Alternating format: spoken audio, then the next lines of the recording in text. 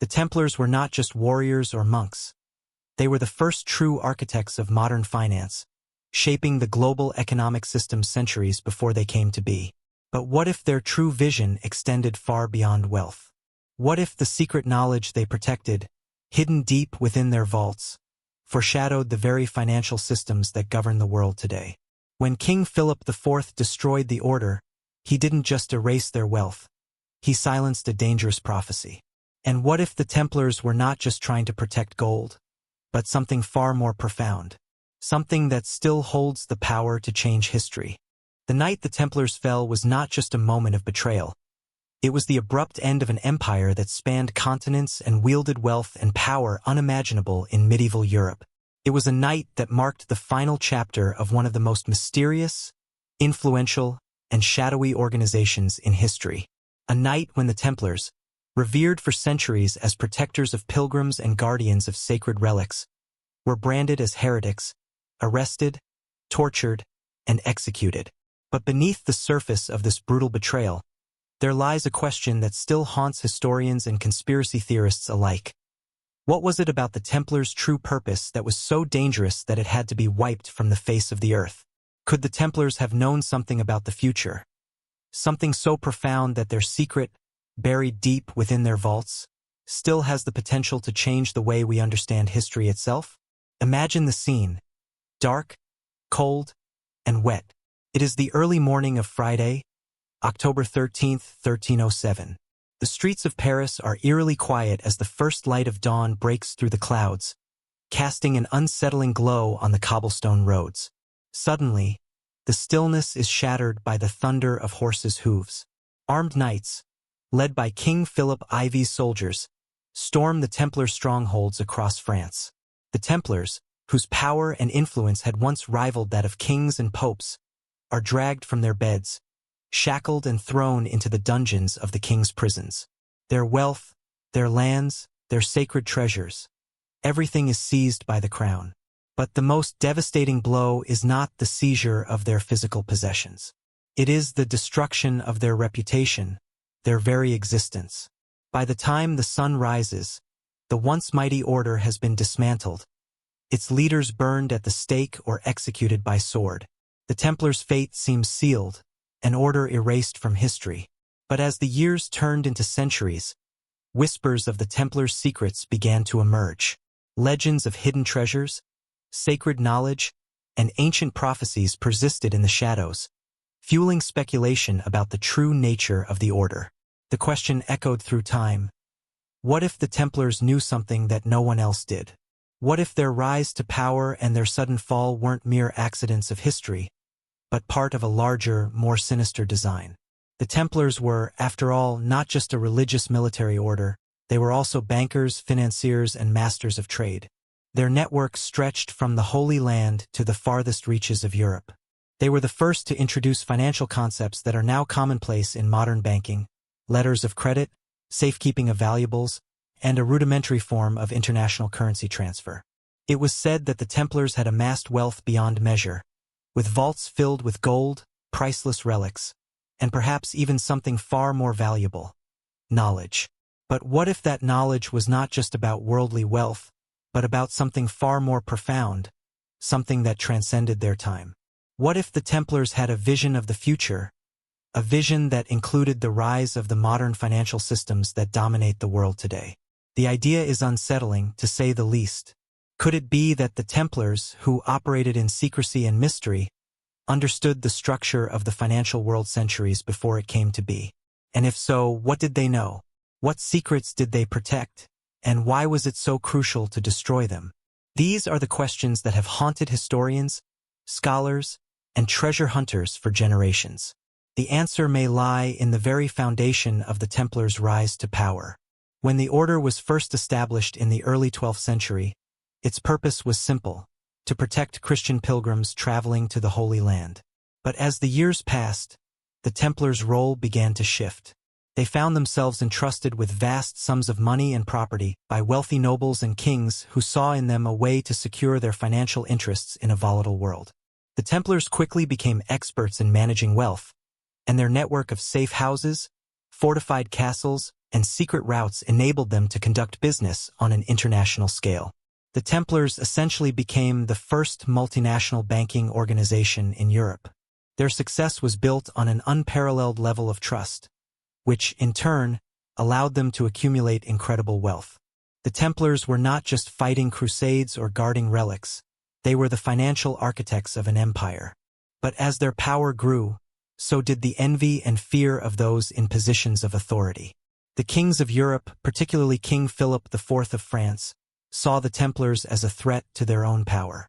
In 1307, Philip, deeply in debt to the order, orchestrated a dramatic betrayal.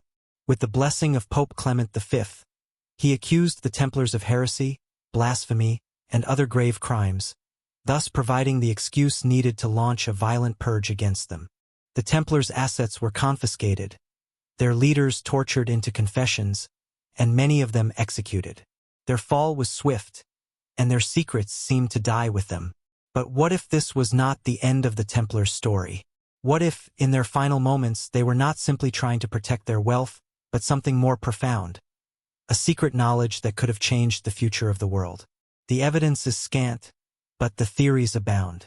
Some historians believe that the Templars were privy to ancient texts and symbols, some of which may have contained hidden prophecies or predictions about the future. These texts, lost or destroyed during the Purge, may have pointed to a time when global finance would become the central force in the world's power structures. One of the most compelling aspects of the Templar legacy is their profound understanding of trade, commerce, and finance. They pioneered the use of letters of credit, which allowed merchants to transfer funds across vast distances without the need for physical currency. This practice laid the groundwork for modern banking, which today governs the global economy. The Templars also created a system of financial security, offering protection for valuables stored in their vaults, which was a precursor to modern-day safekeeping services. Could the Templars have foreseen the rise of a global financial system based on trust, secrecy, and a complex network of institutions? The idea that the Templars had a vision of the future is not as far-fetched as it may seem. There is a long history of prophecies, hidden messages, and cryptic symbols associated with the order. Many have speculated that the Templars encoded their knowledge in the architecture of their castles, the symbols used in their rituals, and even in the design of the cathedrals they built. Could these symbols contain clues about the rise of modern capitalism and the financial systems that dominate our world today? Some believe that the Templars left behind a coded message, one that would only be understood in the future, when the world was ready for the secrets they had uncovered. Yet, the Templars' true legacy may not be in their wealth or their financial innovations, but in their vision of a world where power was no longer held solely by kings and popes, but by those who controlled the flow of money. Could the Templars have foreseen the rise of global financial institutions, the stock markets, and the multinational corporations that dominate today's world? And if so, what role did they see themselves playing in this new world order? Was their downfall part of a larger plan to ensure that their knowledge remained hidden, a secret kept from the public eye for centuries? The idea that the Templars were the architects of modern financial systems is an unsettling one. If true, it would mean that the very foundations of the world's economy were built on the vision of a secretive medieval order, whose rise and fall was driven by a knowledge that has been deliberately obscured from history. What if the Templars did, in fact, foresee the financial systems we have today? What if their wealth, their power, and their mysterious demise were all part of a larger story? A story that has yet to be fully uncovered. As we look back at the Templars, we must ask ourselves, what if this secret, buried deep within their vaults, is not just a relic of the past, but a living, breathing force that still shapes our world today? Could the Templars have been the first to glimpse the rise of modern finance? And if they did, what other secrets did they leave behind, waiting to be discovered? Perhaps the Templars' greatest legacy is not in the gold they amassed or the battles they fought, but in the vision they had of a world where money, power, and knowledge were inextricably linked. A vision that continues to influence the global financial systems we depend on today. In the early 12th century, the world was a chaotic place. Crusaders, knights, and kingdoms clashed across Europe and the Holy Land, each fighting for dominance, faith, and riches. In the midst of this turmoil, a new order was born. An order that would rise from humble beginnings to become one of the most powerful and enigmatic organizations the world had ever known. These men, the Knights Templar, were not mere warriors or monks, but something far more complex. They were builders of an empire, financiers of kings, and the secret keepers of knowledge and wealth that stretched from the bustling cities of Europe to the holy sites of the Middle East. But their story was not simply one of battle and treasure.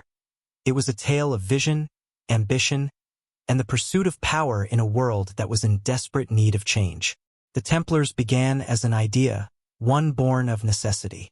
The Holy Land, and particularly Jerusalem, was a place of pilgrimage for Christians. But the journey there was fraught with danger.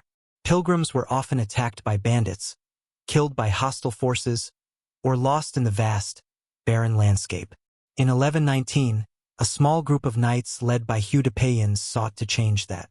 They swore an oath to protect these pilgrims, offering their lives in service to God and the Church.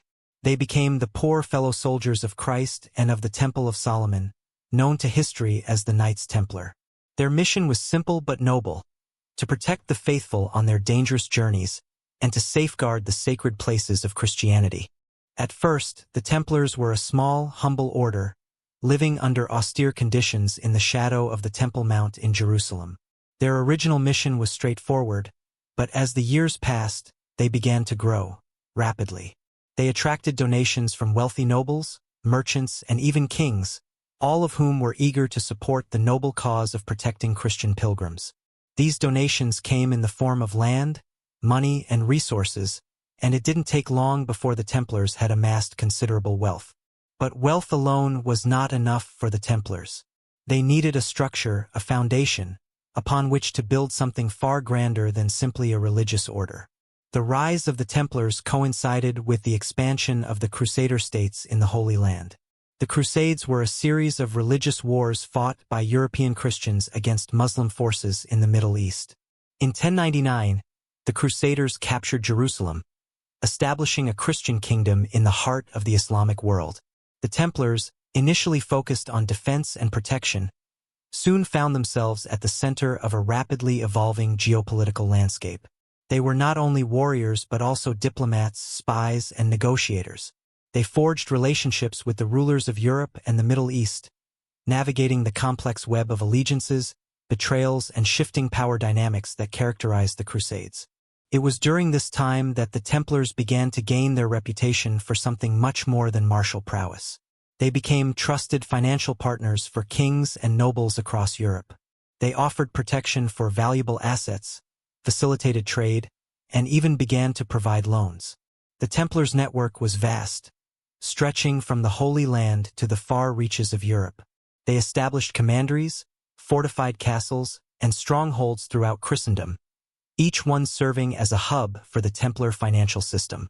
These commanderies became places where people could deposit their wealth for safekeeping, knowing it would be secure under the protection of the knights. The Templars quickly realized that their success in the Holy Land was not just about swords and shields, but about something far more powerful: the flow of money. The wealth they accumulated allowed them to expand their operations and grow their influence across Europe. By the 13th century, they had become the financial backbone of Christendom, their power rivaling that of monarchs and popes. They held vast tracts of land in France, England, and Spain, and their treasury was rumored to be filled with unimaginable riches. They were more than just a military order. They were the architects of a new kind of economy, one based on trust, security, and the ability to move vast sums of money across borders with ease. At the heart of the Templar financial system was a revolutionary concept: the idea of transferring money without physically moving it. This system, known as the letter of credit, allowed pilgrims and merchants to deposit money in one Templar commandery and withdraw it from another, thousands of miles away. This simple but brilliant concept laid the foundation for the modern banking system. The Templars had created the first international banking network, an empire of financial institutions that spanned continents. But it was not just about wealth, it was about control. The Templars held the power to move money, to make loans, and to create wealth in ways that no one had ever imagined before. As the Templars' power grew, so did the animosity directed toward them. Their wealth, their influence, and their secretive nature made them the target of envy and suspicion. The very same kings who had once relied on the Templars for financial support now saw them as a threat to their own power. By the early 14th century, the Templars had become entangled in a web of political intrigue, rivalries, and debts that would ultimately lead to their downfall. King Philip IV of France, deeply in debt to the Templars, saw an opportunity to eliminate his financial burden while simultaneously consolidating his own power. In 1307, he ordered the arrest of all Templars in France, accusing them of heresy, blasphemy, and other crimes. The Templars were arrested, tortured, and executed, and their assets were seized by the crown. It was a dramatic and violent end to the order, one that left the world stunned. But as the Templars fell, their legacy began to take on new significance. In the aftermath of their destruction, rumors began to circulate about the true nature of the Templars' wealth and power. Some claimed that the Knights had hidden vast treasures, gold, relics, and priceless artifacts, in secret locations. Others believed that the Templars had uncovered ancient knowledge, a secret that could change the course of history. The idea that the Templars possessed knowledge of something far greater than wealth or power began to take root, and for centuries, this notion would fuel legends, theories, and speculation. What if the Templars' rise to power and their sudden fall were not mere coincidences? What if the Templars had seen something in the future, a vision of a world where money and power were no longer confined to kings and churches, but controlled by a hidden elite? What if their financial innovations were not just pragmatic responses to the needs of their time, but part of a larger, more profound vision, one that would ultimately shape the world we know today? The idea that the Templars could have foreseen the rise of modern financial systems is both fascinating and unsettling. It suggests that the Templars were not merely men of their time, but visionaries, looking into a future that they could not fully comprehend but could, nonetheless, influence. The financial structures they built in the Middle Ages laid the groundwork for the global banking system that would emerge centuries later. The concepts of credit, investment, and international trade that the Templars pioneered have become the cornerstones of modern capitalism. But this raises an even more disturbing question. If the Templars did indeed foresee the rise of modern finance, what else might they have known? What other secrets did they possess, and why was it so important to destroy them? The Templars were not just soldiers. They were architects of a new world order, one in which money, power, and influence were the driving forces. Their vision may have been too dangerous for the powers of their time, and perhaps it remains too dangerous for the world to fully understand even today. The more one looks into the history of the Templars, the more one begins to see patterns. Patterns that suggest the Templars were not simply reacting to the world around them, but were, in fact, shaping it. Their rise to power was not just a stroke of luck or military genius, but the result of a calculated vision of the future. The financial systems they established were not just pragmatic solutions to immediate problems, but the foundation for an economic system that would dominate the world for centuries to come. In many ways, the Templars were not just men of their time. They were men who understood that the future would be governed by the flow of money, and they built a system to control that flow. As the centuries passed, the Templars' true legacy remained hidden, obscured by the veil of secrecy that surrounded their downfall. But the questions lingered. What if the Templars did see the future? What if they had a vision of the world we live in today? And if they did, what did they understand about the power of money, of finance, that we are only beginning to grasp? The rise of modern finance, with its global networks, its powerful institutions, and its vast wealth, may be the final proof that the Templars did, in fact, predict the future, and that their influence continues to shape the world in ways we have yet to fully comprehend. The rise of the Knights Templar as a financial powerhouse is one of the most fascinating and often overlooked aspects of their legacy. While much of the narrative surrounding the order focuses on their role as crusading knights and protectors of Christian pilgrims, their financial operations were just as integral to their success and far-reaching influence. It was not enough for the Templars to be mere soldiers in a holy war. They understood that the power of finance was what would truly secure their position as one of the most dominant forces in medieval Europe. In fact, the Templars' financial systems laid the groundwork for many of the concepts that would later define the global financial systems we depend on today. But what makes their rise to financial prominence even more intriguing is the question of whether their innovations were merely the result of practical necessity, or if they were part of a much larger, more visionary design, one that would shape the future in ways no one could have anticipated. To understand the Templars' financial revolution, we must first consider the historical context in which they operated. The early 12th century was a time of upheaval and opportunity in Europe. The Crusades were in full swing, and kingdoms across Europe were seeking to extend their influence in the Middle East. As the Crusaders advanced and established settlements in the Holy Land, the need for secure financial networks became increasingly apparent. Kings, nobles, and merchants needed a reliable way to transfer money, goods, and resources across vast distances and hostile terrain. It was in this environment that the Templars emerged, not just as warriors, but as innovators in an arena that was becoming just as important as the battlefield: finance. At the core of the Templars' financial innovation was the creation of a secure system for the storage and transfer of money. In the early days, knights would often carry large sums of money when they traveled, either for war or trade, but this posed obvious risks.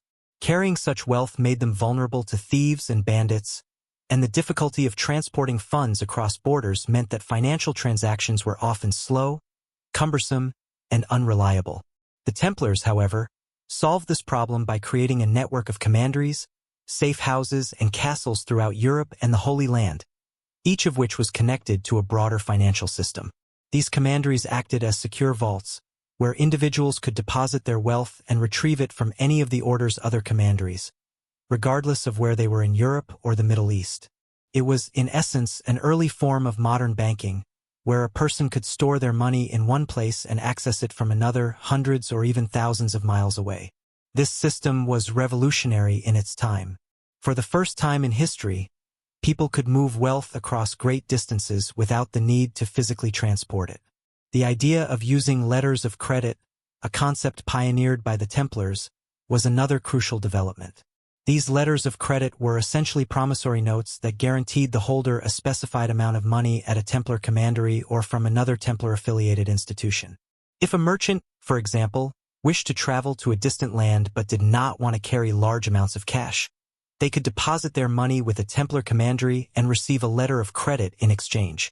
When they arrived at their destination, they could present the letter at a Templar establishment and withdraw their funds. This innovation allowed merchants to trade more freely and efficiently, without the fear of losing their money in transit, and it laid the foundation for modern banking instruments such as checks and promissory notes. While the practical applications of these financial tools were groundbreaking, the Templars' innovations went beyond mere convenience. They were rooted in a broader understanding of economic systems and power dynamics. The Templars were not just serving the needs of merchants and travelers. They were creating a system that would allow them to control the flow of wealth across Europe and beyond. Their vast network of commanderies and their dominance in the realm of safekeeping meant that the Templars were privy to the financial affairs of kings, queens, and the wealthiest individuals in Europe. They could see where money was moving, where wealth was being accumulated, and where it was being spent. This gave them a unique position of power, one that allowed them to influence the financial and political systems of the time in subtle but profound ways. In fact, the Templars' control over the movement of money gave them an unparalleled ability to shape the economic landscape of Europe. They became the trusted financiers of kings and nobles, offering loans and acting as intermediaries in the transfer of funds between countries. But their influence extended beyond mere transactions. The Templars were instrumental in establishing financial systems that were based on trust and credit rather than tangible assets. This was a radical departure from the traditional feudal system, where land and physical resources were the primary forms of wealth. The Templars' system of credit, which allowed individuals and institutions to borrow money without collateral, was the first step toward the creation of modern credit systems.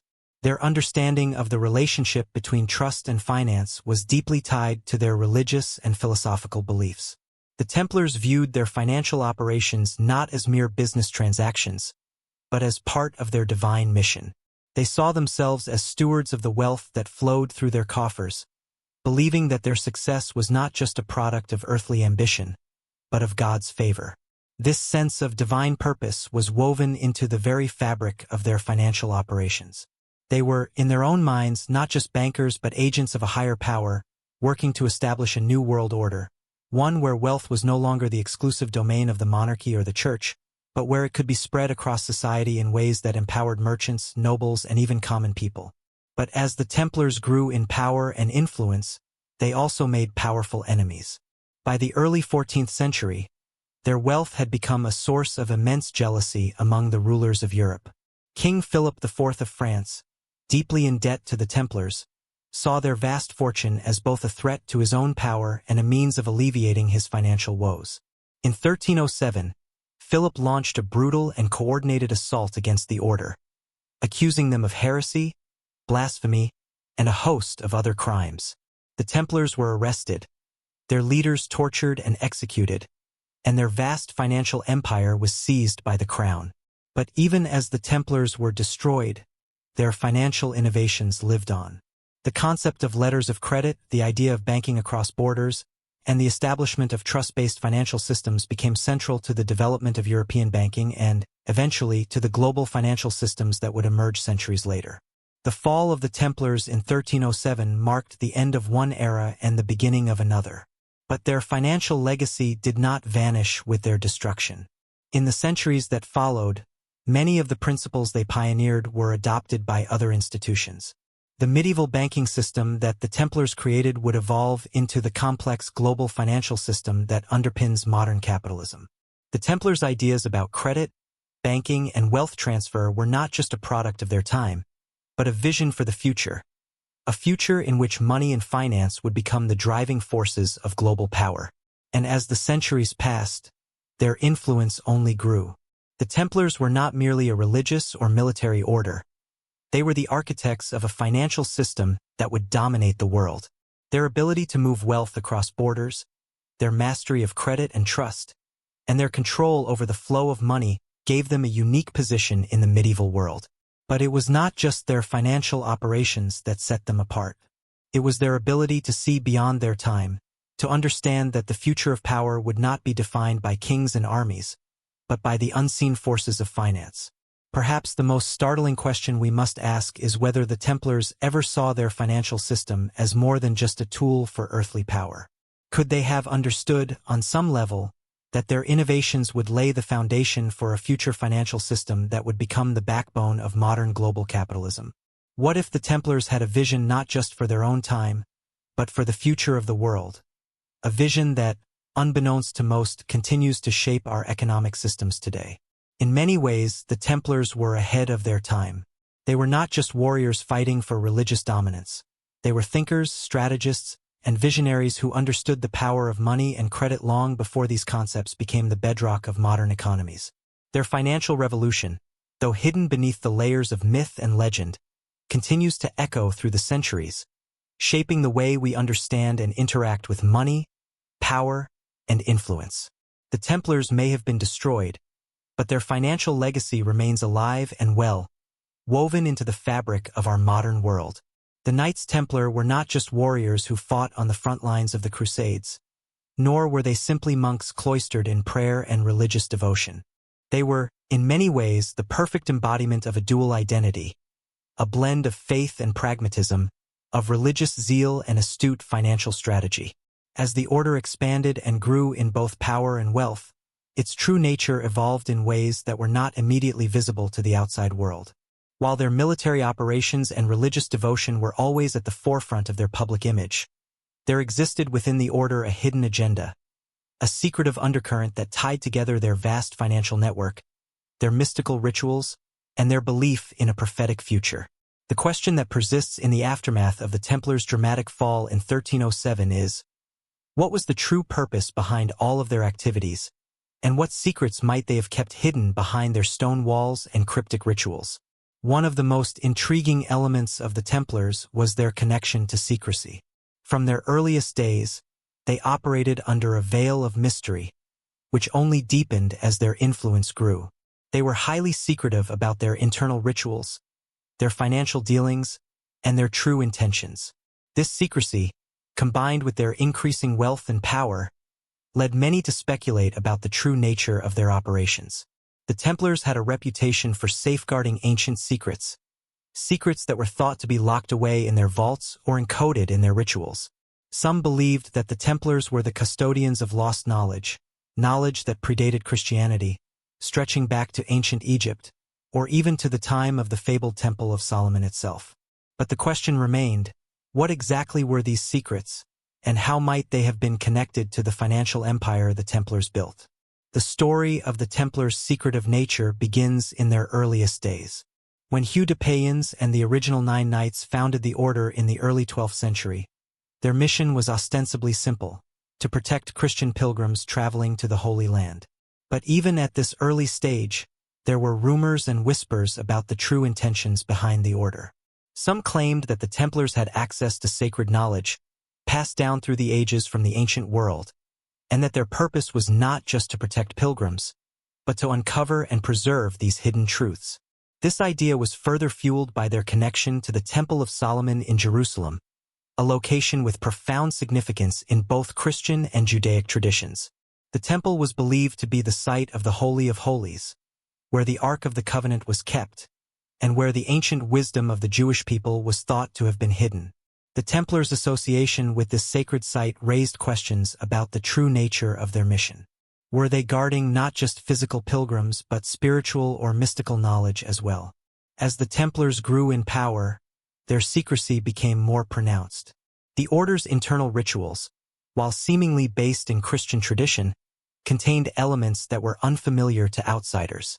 Their initiations, for example, were shrouded in mystery, with only those inducted into the order knowing the true nature of the ceremonies.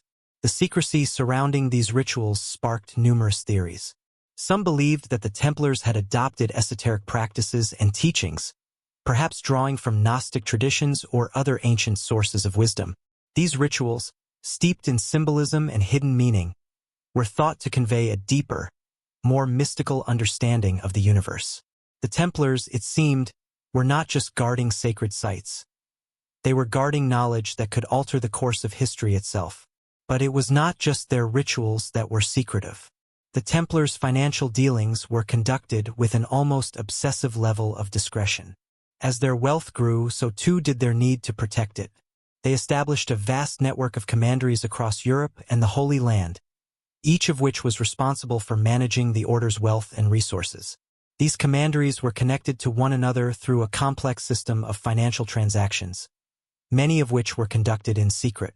The Templars' banking system was revolutionary in its time, allowing them to move money across vast distances without the need for physical currency. But this system was not open to the public eye. The Templars guarded their financial transactions closely, ensuring that their wealth remained hidden from the prying eyes of both their enemies and their allies. Their vaults, filled with gold, silver, and precious artifacts, were believed to hold far more than just material wealth. Some believed that the Templars had accumulated priceless relics, items of immense spiritual or mystical significance, that were hidden away, their true value known only to a select few within the order. The question of what the Templars truly knew and what they were hiding has persisted for centuries. After the dramatic arrest of the Templars in 1307 and the subsequent trials, many of the order's secrets seem to have vanished into the shadows. The documents that could have revealed the truth about the Templars' wealth and knowledge were either destroyed or lost, and their vast fortune was seized by the crown. The public narrative that emerged after the Templars' fall was one of heresy and corruption, with charges of devil worship and blasphemy being leveled against them. But these accusations were likely part of a larger political and economic maneuver to discredit and dismantle an organization that had grown too powerful. The real question was not what crimes the Templars had committed, but what they had known and what they had kept hidden. It is believed that the Templars' final days were spent desperately trying to protect their most valuable secrets, even as their leaders were tortured and executed in an effort to extract confessions. One of the most enduring mysteries of the Templars is their connection to the Holy Grail. The Grail, as the object of countless myths and legends, has long been associated with divine knowledge and spiritual enlightenment. Some theorists have speculated that the Templars, during their time in the Holy Land, came into contact with the Grail or a version of it, and that they took it back to Europe with them, hiding it away in secret locations. The Grail was thought to possess the power to unlock hidden knowledge, and many believe that the Templars, as the guardians of this sacred relic, understood its true nature. However, the connection between the Templars and the Grail is not a straightforward one. There is no definitive evidence that the Templars ever possessed the Grail, but the symbolism of the Grail was certainly present in their iconography and rituals. Whether the Templars had access to the Grail or not, it is clear that they were deeply involved in a search for something far greater than wealth or political power. Beyond the Grail, the Templars were also associated with other powerful symbols that suggested a deeper, more esoteric understanding of the world.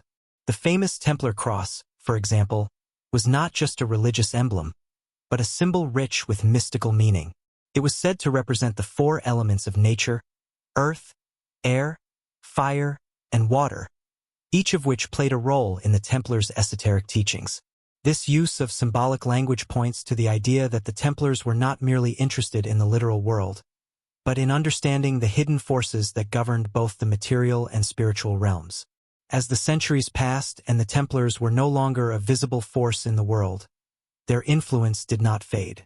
In fact, the idea of the Templars as keepers of secret knowledge grew even more potent. Many believed that, while the physical order had been destroyed, a hidden faction of Templars had survived, operating in secrecy and passing down the sacred knowledge they had preserved.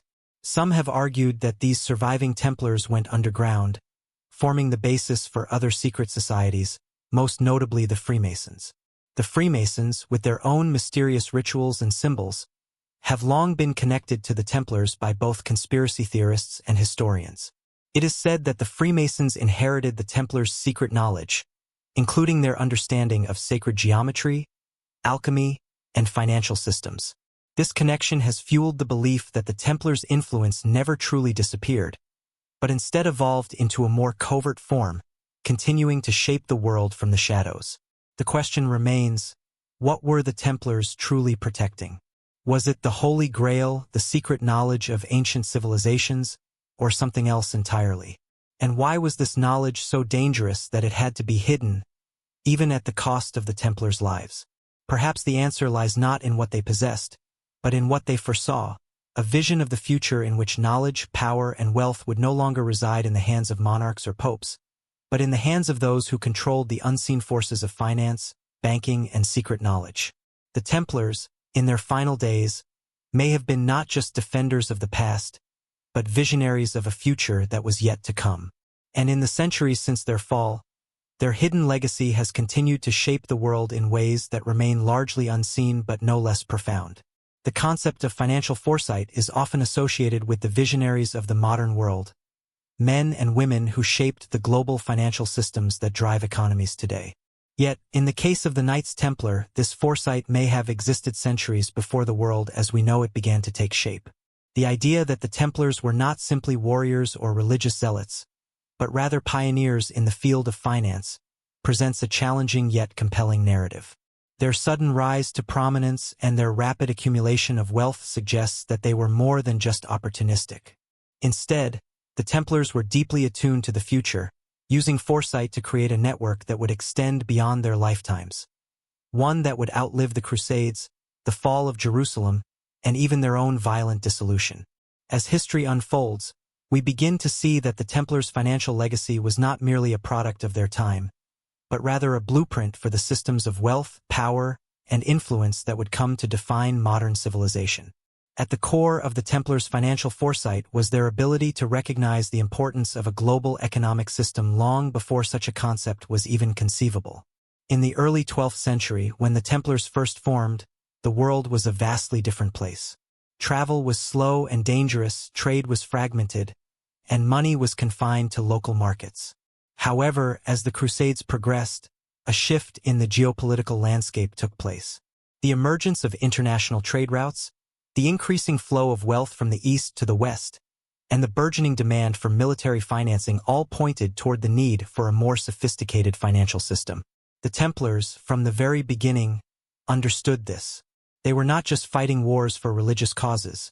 They were positioning themselves as the architects of a new world order, one where money and power were no longer controlled by the monarchy or the church, but by a network of institutions capable of moving vast sums of wealth across borders with unprecedented speed and security.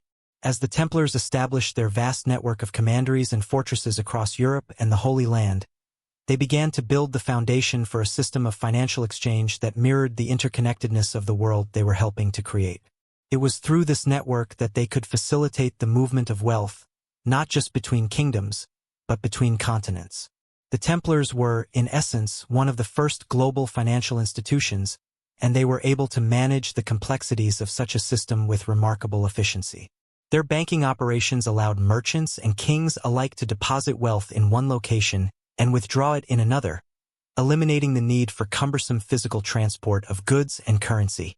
This development laid the groundwork for the modern banking system, which would eventually evolve into the global financial infrastructure we know today. But the Templars' foresight extended beyond just practical financial transactions. They were also aware of the larger forces at play, the changing political dynamics, the rising influence of merchants, and the growing role of finance in determining the course of history. Unlike many of their contemporaries who were consumed with religious zeal or military conquest, the Templars understood that the future of power would not be determined solely by armies or ecclesiastical authority, but by those who controlled the flow of money. This insight was not merely reactive but proactive. They did not wait for the world to catch up with them. Instead, they shaped the world around them, establishing a financial system that would eventually come to dominate the medieval world and influence the development of modern capitalism. At the heart of this foresight was the Templars' ability to create trust. Trust in any financial system is paramount. Without trust, no transactions can occur, and no system can endure. The Templars understood that their wealth was not just stored in vaults or transferred between commanderies. It was also stored in the trust of those who relied on them. Their reputation for integrity, secrecy, and reliability made them the go-to financial institution for kings, nobles, and merchants alike. This was no small feat, given the level of distrust and suspicion that permeated medieval society. But the Templars were able to build a financial empire based on something even more valuable than gold: trust in their ability to safeguard wealth and facilitate transactions across vast distances. The introduction of letters of credit was a revolutionary development, but it was only part of the Templars' larger financial vision. The order's ability to move wealth without physically transporting it was only possible because they had built a global network of commanderies, each functioning as a safe haven for wealth. This network was more than just a logistical arrangement. It was a symbol of the Templars' foresight and their understanding of the direction in which the world was heading. As Europe entered the late Middle Ages, it became increasingly clear that the future would not be shaped solely by military conquest or religious dominance. The financial system would play a decisive role in the geopolitical dynamics of the coming centuries, and the Templars were there, at the forefront of this evolution. However, the Templars' rise to financial prominence was not without its challenges. As their wealth and power grew, so too did the fear and jealousy of monarchs, bishops, and other political figures. King Philip IV of France, in particular, saw the Templars as a threat to his authority. The Templars' wealth was a double-edged sword. While it gave them immense power, it also made them vulnerable to the political machinations of those who sought to weaken their influence. In 1307, Philip, deeply in debt to the order, launched a coordinated attack against the Templars, accusing them of heresy and other charges. The brutal suppression of the order marked the end of one chapter in their story, but it also laid the foundation for the myth and legend that would surround them for centuries to come. Even as the Templars were destroyed, their financial innovations did not disappear. The collapse of the order did not result in the destruction of their system of wealth transfer or the principles behind their financial system. In fact, many of the concepts they pioneered were later adopted by other financial institutions and became integral to the development of modern banking. The idea of moving wealth across borders, of offering safekeeping services, and of operating a network of financial institutions spread throughout Europe. The principles of trust, security, and secrecy that the Templars established in their financial dealings continued to influence the way banks operated, not just in the medieval period, but for centuries afterward. In the aftermath of their fall, the Templars' financial legacy lived on in other institutions, most notably in the rise of the Freemasons. The Freemasons, with their secretive rituals, complex symbolism, and emphasis on the transmission of ancient knowledge, are believed by some to be the heirs of the Templar legacy. While there is no direct evidence linking the Templars to the Freemasons, the similarities between the two organizations are striking. Both groups emphasized the importance of knowledge and secrecy, and both had a deep understanding of the workings of power, whether it be political, financial, or spiritual. The idea that the Freemasons inherited the Templars' financial and mystical knowledge has persisted for centuries, adding another layer of intrigue to the Templar legacy. But the most fascinating aspect of the Templars' foresight is the possibility that they had a vision of the future that extended beyond their immediate time. Were they simply reacting to the needs of the medieval world, or did they see the coming transformation of society and the global economy?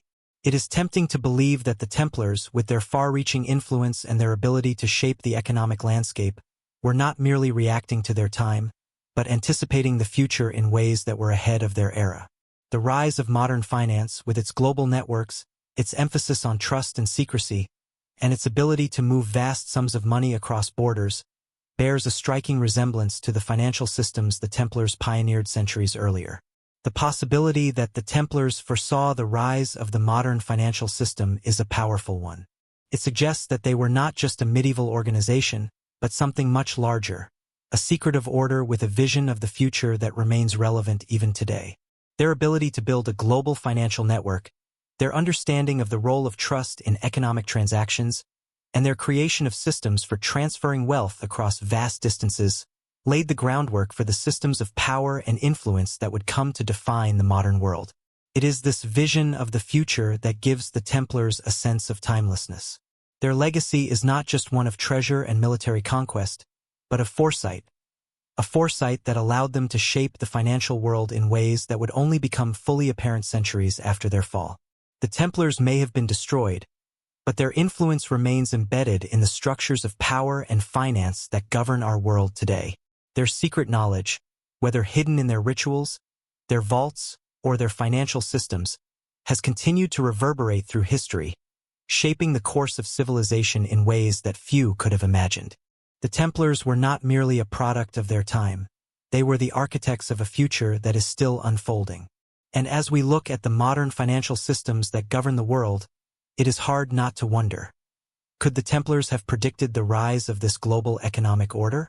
And if so, what else did they see in the future that remains hidden, waiting to be uncovered?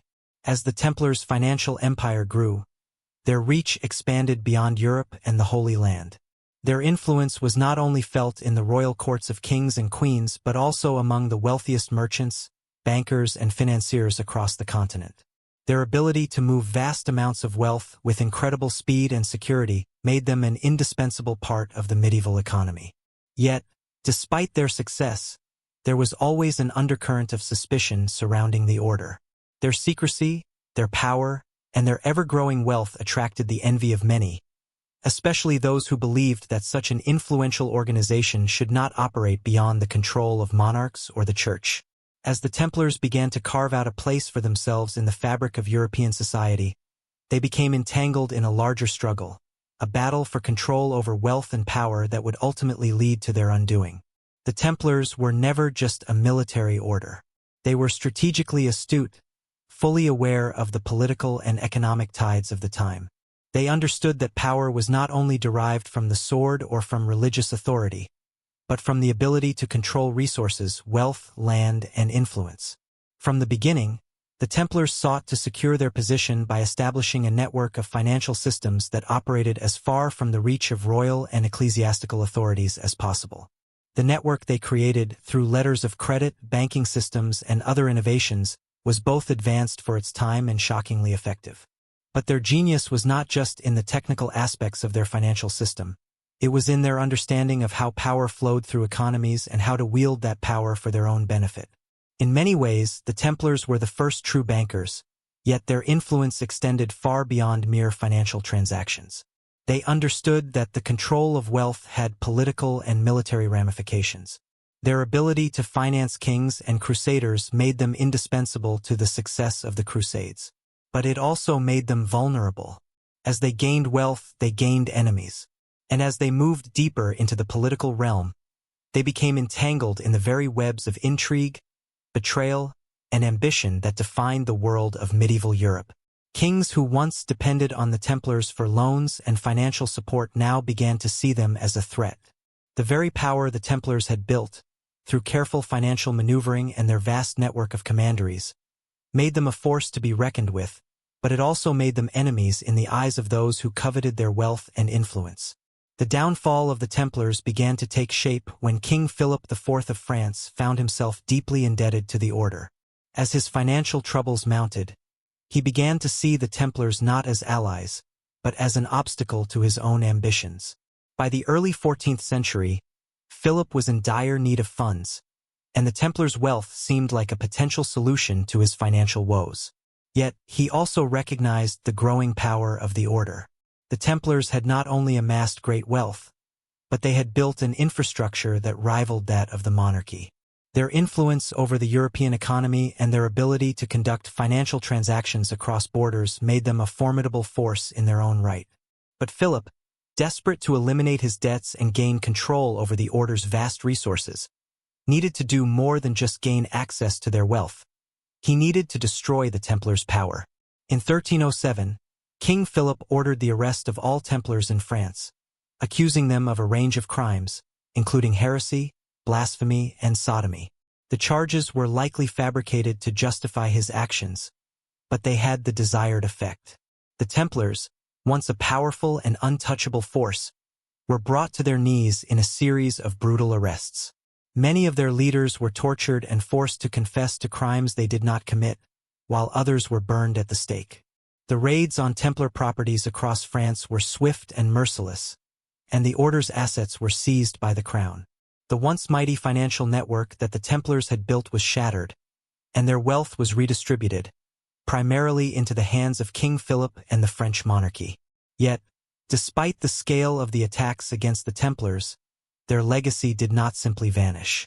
The aftermath of their fall sparked a firestorm of speculation, mystery, and intrigue, one that would fuel myths, legends, and conspiracy theories for centuries to come. In the wake of the Templars' dissolution, their wealth was redistributed across Europe, but much of their most valuable assets were never found. Many believed that the Templars had hidden away treasures, gold, silver, priceless relics, that had never been recovered. Some theorists argue that these treasures were hidden in secret locations, passed down through generations of Templars who managed to escape the purge. Others suggest that the wealth was concealed in plain sight, buried beneath layers of mystery and symbolism, perhaps in the very structures the Templars built, their castles, churches, and cathedrals. Over time, stories began to circulate about the secret locations of these treasures, often linked to the idea of the Templars guarding ancient knowledge, such as the Holy Grail or the Ark of the Covenant. These myths only added to the allure and mystique of the Templars, ensuring their place in the annals of history as one of the most enigmatic and influential orders ever to exist. The legacy of the Templars, however, was not just about wealth or treasures. Their true contribution to history lies in the way they reshaped the financial systems of medieval Europe. Through their innovative banking practices, the Templars helped lay the foundations for modern financial systems, and their influence extended far beyond the fall of the order. Many of the concepts they pioneered, such as the use of letters of credit and the establishment of secure financial networks, were adopted by later institutions and became integral parts of the development of European banking. As the centuries passed, the Templars' financial legacy lived on, even as their order was officially disbanded. The networks they had created became the precursors to modern banking institutions, and the systems they put in place to manage wealth and facilitate transactions would influence generations of bankers, financiers, and politicians. But the Templars' ability to foresee the importance of finance was not just about building a functional system, it was about recognizing the immense power that finance could wield. While many in their time were focused on military conquest or religious authority, the Templars understood that the true driving force of the future would be money, credit, and the flow of capital. This insight into the future of power may have been one of the key reasons for their eventual destruction. The Templars were ahead of their time, building systems that would not only serve them in their own era but would shape the world for centuries to come. They saw the rise of finance as the next frontier of power, and in doing so, they set in motion the creation of a financial infrastructure that continues to govern the global economy today. As history moved forward, the Templars were erased from the public eye, their order dissolved, their leaders executed or exiled. Yet, their influence remained. In the centuries following their fall, secret societies, such as the Freemasons, are often said to have inherited the Templars' traditions, their esoteric knowledge, and perhaps even their financial systems.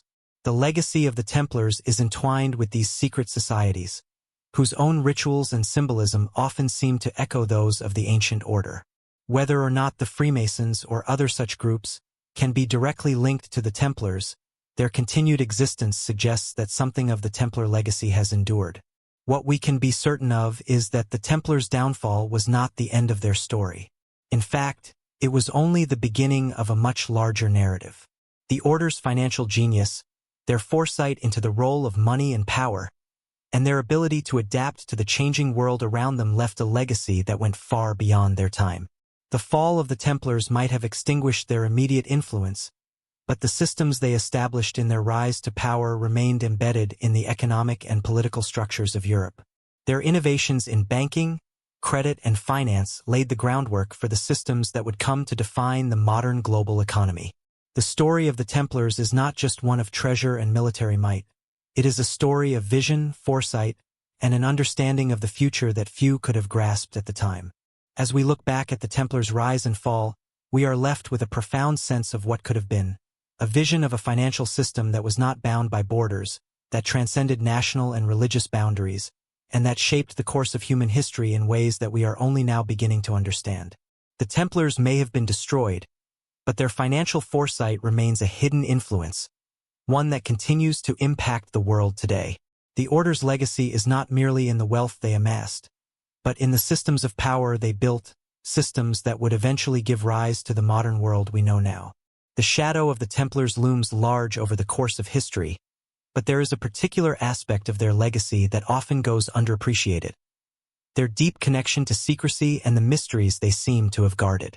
While much has been said about their military prowess, their rise to power, and their involvement in financial innovations, there remains an air of mystery around the Order that continues to captivate the imagination. This secrecy wasn't simply about hiding treasure, as legend often suggests, but about protecting knowledge. Knowledge that, if it had been revealed, could have dramatically shifted the course of history. The enigma of the Templars transcends the physical artifacts or relics they were rumored to have hidden away. It speaks to something far more profound, something intangible yet deeply rooted in their worldview. Secrecy, for the Templars, was not just a tactic to protect their wealth or influence. It was a vital component of their identity. The Order's rituals, their initiation processes, and even the design of their churches and commanderies were carefully crafted to keep certain knowledge concealed. The Templars were a monastic order, devoted to prayer, discipline, and the defense of Christian pilgrims. But beneath the surface of this pious mission, there was a deeper, more esoteric layer. The Templars' connection to sacred geometry, alchemy, and ancient wisdom has been widely speculated, and some even argue that the Order was more akin to a mystical society than a purely religious one. They didn't simply follow the religious tenets of the day. They sought a deeper understanding of the spiritual and material worlds. Their commitment to secrecy was not simply about hiding their wealth or military tactics. It was about safeguarding a higher knowledge that could potentially alter the very fabric of European society. The Templars' secrecy extended to their initiation rites. For those who wished to join the Order, the process was shrouded in ritual and mystery. Few outsiders knew the exact details of these ceremonies, but they were said to be far more than mere oaths of loyalty. They were designed to prepare the initiate for something far greater, something spiritual and metaphysical. The use of symbols, sacred texts, and hidden meanings in the Templars' rituals suggested that they were attempting to unlock or preserve knowledge that was beyond the ordinary understanding of the time. This kind of secrecy is not uncommon in many esoteric societies, and it invites the question: what knowledge were they safeguarding? What was it that could not be shared with the outside world? There are many theories surrounding the kind of secrets the Templars were believed to have possessed. One of the most enduring and tantalizing ideas is that they were the keepers of ancient knowledge, passed down through the ages from civilizations that predated Christianity.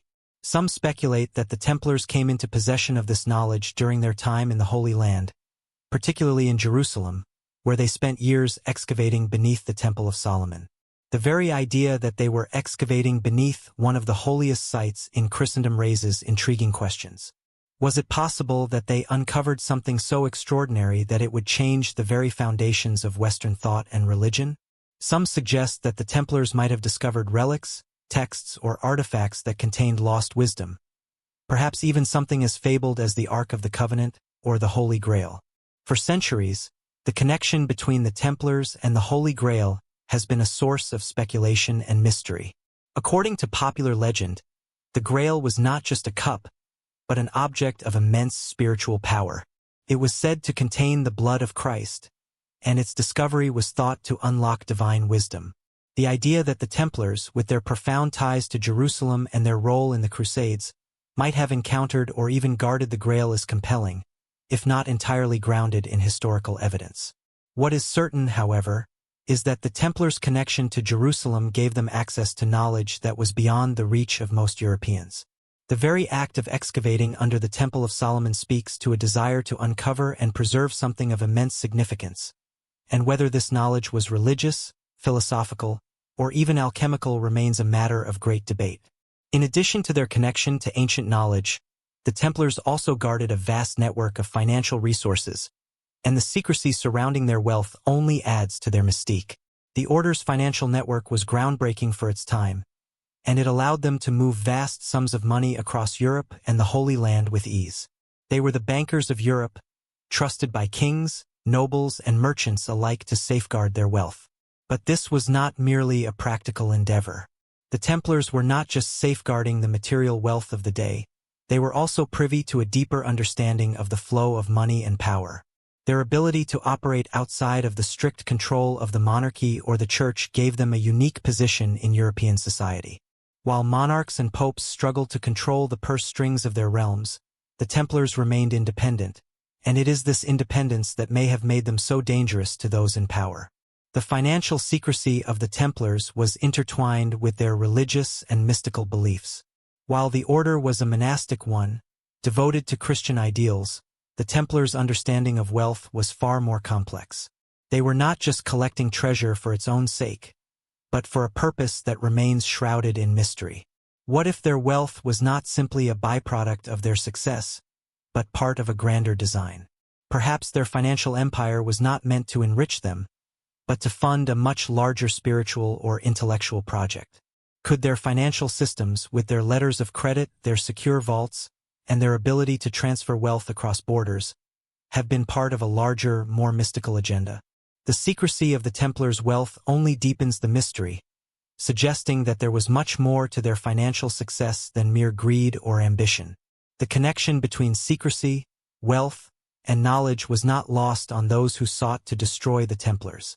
In 1307, King Philip IV of France, deeply in debt to the order and concerned about its growing power, launched a coordinated attack against the Templars.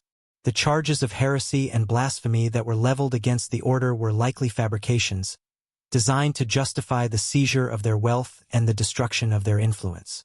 But these charges were also a reflection of the fear and suspicion that the Templars' secrecy had generated. The idea that the Templars were hiding something, whether it was knowledge, treasure, or a deeper understanding of the world, made them a target for the ambitious and the powerful.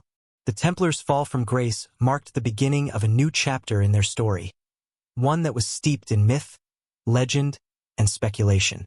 The legends of hidden treasures, secret knowledge, and mystical practices would continue to grow in the centuries that followed their dissolution. But the real question remains, what was it that the Templars knew, and why did they go to such lengths to keep it hidden? Could it be that the Templars were not merely guarding material wealth, but were instead protecting something far more valuable, something that, if revealed, could have changed the course of history? As time passed, the Templars became a symbol of the secret societies that followed in their wake. Many have speculated that the Freemasons, with their own elaborate rituals, symbols, and oaths of secrecy, were the true heirs of the Templar legacy. Whether or not the Freemasons directly descended from the Templars is a matter of historical debate, but the parallels between the two organizations are striking. Both were dedicated to the preservation of knowledge and secrecy, and both were thought to wield considerable influence in the political and financial spheres. The idea that the Freemasons inherited the Templars' hidden knowledge, whether it was esoteric wisdom or the secrets of their financial systems, has been a persistent theme in both historical and conspiracy circles. As we reflect on the Templars' legacy, it becomes clear that their secrecy was not merely a tactical response to the challenges of their time. It was an integral part of their identity. The Templars were not just a military order, a religious society, or a financial institution. They were a network of individuals dedicated to preserving and protecting knowledge that was far ahead of its time, and whose true significance may never be fully understood. Whether they were custodians of ancient wisdom, guardians of the Holy Grail, or pioneers of modern finance, the Templars left behind a legacy that continues to captivate and intrigue us. Their secrets, whether buried in the sands of the Holy Land or hidden in the vaults of their commanderies, continue to be a source of fascination and mystery. And as long as the story of the Templars endures, so too will the questions. What were they really protecting? And why was it so important that it had to be hidden from the world? As the Templars expanded their influence across Europe and the Holy Land, they became not just military figures but also formidable political players. Their intricate understanding of power dynamics, both on the battlefield and in the courtrooms of Europe, allowed them to forge alliances that extended far beyond the religious and military spheres. However, it was their unique ability to navigate the often murky waters of European politics that enabled them to remain a key player in the ever-shifting landscape of medieval power. While their reputation as warriors and defenders of Christianity was well known, it was their remarkable political acumen that ensured their success and longevity. Yet, despite their strategic brilliance, the Templars' political influence also ultimately played a key role in their downfall. Their rise to power, fueled by shrewd alliances and financial prowess, was built on the precarious balance of political, religious, and economic forces that, once disrupted, would quickly collapse their world. The Templars were not mere mercenaries. They were intellectuals, tacticians, and diplomats. They understood that the battlefield was not the only place where power could be gained or lost. Politics, especially in the turbulent medieval world, was a delicate game that required both finesse and foresight. By strategically placing their leaders in key positions of power within the Church and among the European monarchies, the Templars ensured that their influence would not be limited to the front lines of war. They quickly became indispensable to European kings, particularly during the Crusades, when the flow of resources and military support was essential to any attempt to retake the Holy Land. This relationship with monarchs like the French King Philip IV, the English King Edward II, and others was based not only on mutual interests but on the immense trust the Templars garnered from their services, both military and financial. One of the primary reasons the Templars managed to gain such influence in the political world was their role as the financiers of kings. At a time when medieval monarchs were constantly in need of funds to wage wars or maintain their courtly lifestyles, the Templars were uniquely positioned to provide them with the financial backing they required. This was not just about lending money. It was about establishing a trust that crossed national and religious boundaries. Kings who borrowed money from the Templars knew that the order had vast resources and a sophisticated financial system at their disposal. The Templars, in turn, knew how to use their wealth and influence to manipulate political events. By financing royal campaigns, supplying armies, and managing royal debts, they gained immense political capital, allowing them to negotiate for power and influence at the highest levels. Yet the Templars were also keenly aware of the volatile nature of their relationships with monarchs. Their financial dealings, while advantageous in the short term, could easily turn sour if the political winds shifted. King Philip IV of France, for example, initially relied on the Templars' financial support, but as his debts grew and his political ambitions became more aggressive, the relationship began to sour. By the early 1300s, Philip, desperate for funds to finance his wars against England and Flanders, had become deeply indebted to the Templars. But the king was also aware of the growing power and independence of the order. The Templars were not just financiers. They were powerful in their own right, and their wealth gave them the ability to shape the political landscape of Europe. Philip saw this as a threat not just to his authority but to his own hold on power. As the king's debts mounted and his attempts to consolidate power became more desperate, Philip began to see the Templars as a liability, and his fear turned into a desire to control or eliminate them entirely. In 1307, when Philip ordered the arrest of the Templars across France, it was not just because of their alleged heresies or blasphemies, but because of his desire to seize their wealth and neutralize a growing rival to his rule. What followed was a brutal campaign to destroy the order, one that culminated in the public torture and execution of many of the Templar leaders. But Philip's actions were not without consequence. While he succeeded in dismantling the Templar order in France and seizing its wealth, the political fallout would be felt across Europe. The papacy, too, had to act to preserve its own authority, eventually issuing orders for the arrests of Templars across Europe. However, the papacy's involvement also showcased the Templars' complex relationships with both religious and political institutions. The destruction of the Templars in the early 14th century highlights a critical aspect of their political strategy: their ability to thrive in environments of both political instability and power consolidation. Throughout their history, the Templars had a unique ability to adapt and evolve in response to changing circumstances. They understood that the key to surviving in the political world was to navigate the often volatile dynamics between church, state, and military power. Their financial system, which allowed them to move wealth with unprecedented speed and security, was not just a financial innovation, it was a political one as well. The Templars were keenly aware that wealth was synonymous with power, and they used it to create a network of political influence that stretched across Europe. The Templars' political influence extended beyond just their relationships with monarchs and the papacy. They were also instrumental in shaping the geopolitics of the Holy Land during the Crusades. The Crusades, which began in the 11th century with the goal of reclaiming Jerusalem from Muslim rule, provided the Templars with a unique opportunity to establish themselves as both religious and military leaders. As the order grew, so did its influence in the Holy Land. They were entrusted with the defense of Christian pilgrims and the protection of the Crusader states, and in doing so, they gained significant political leverage in the region. However, the political landscape of the Crusader states was anything but stable. The Templars found themselves constantly balancing the competing interests of different European powers, while also fending off the military threat posed by Muslim forces.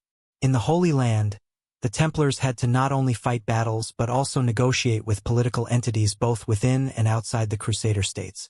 Their role in the region was multifaceted. They were soldiers, bankers, and diplomats.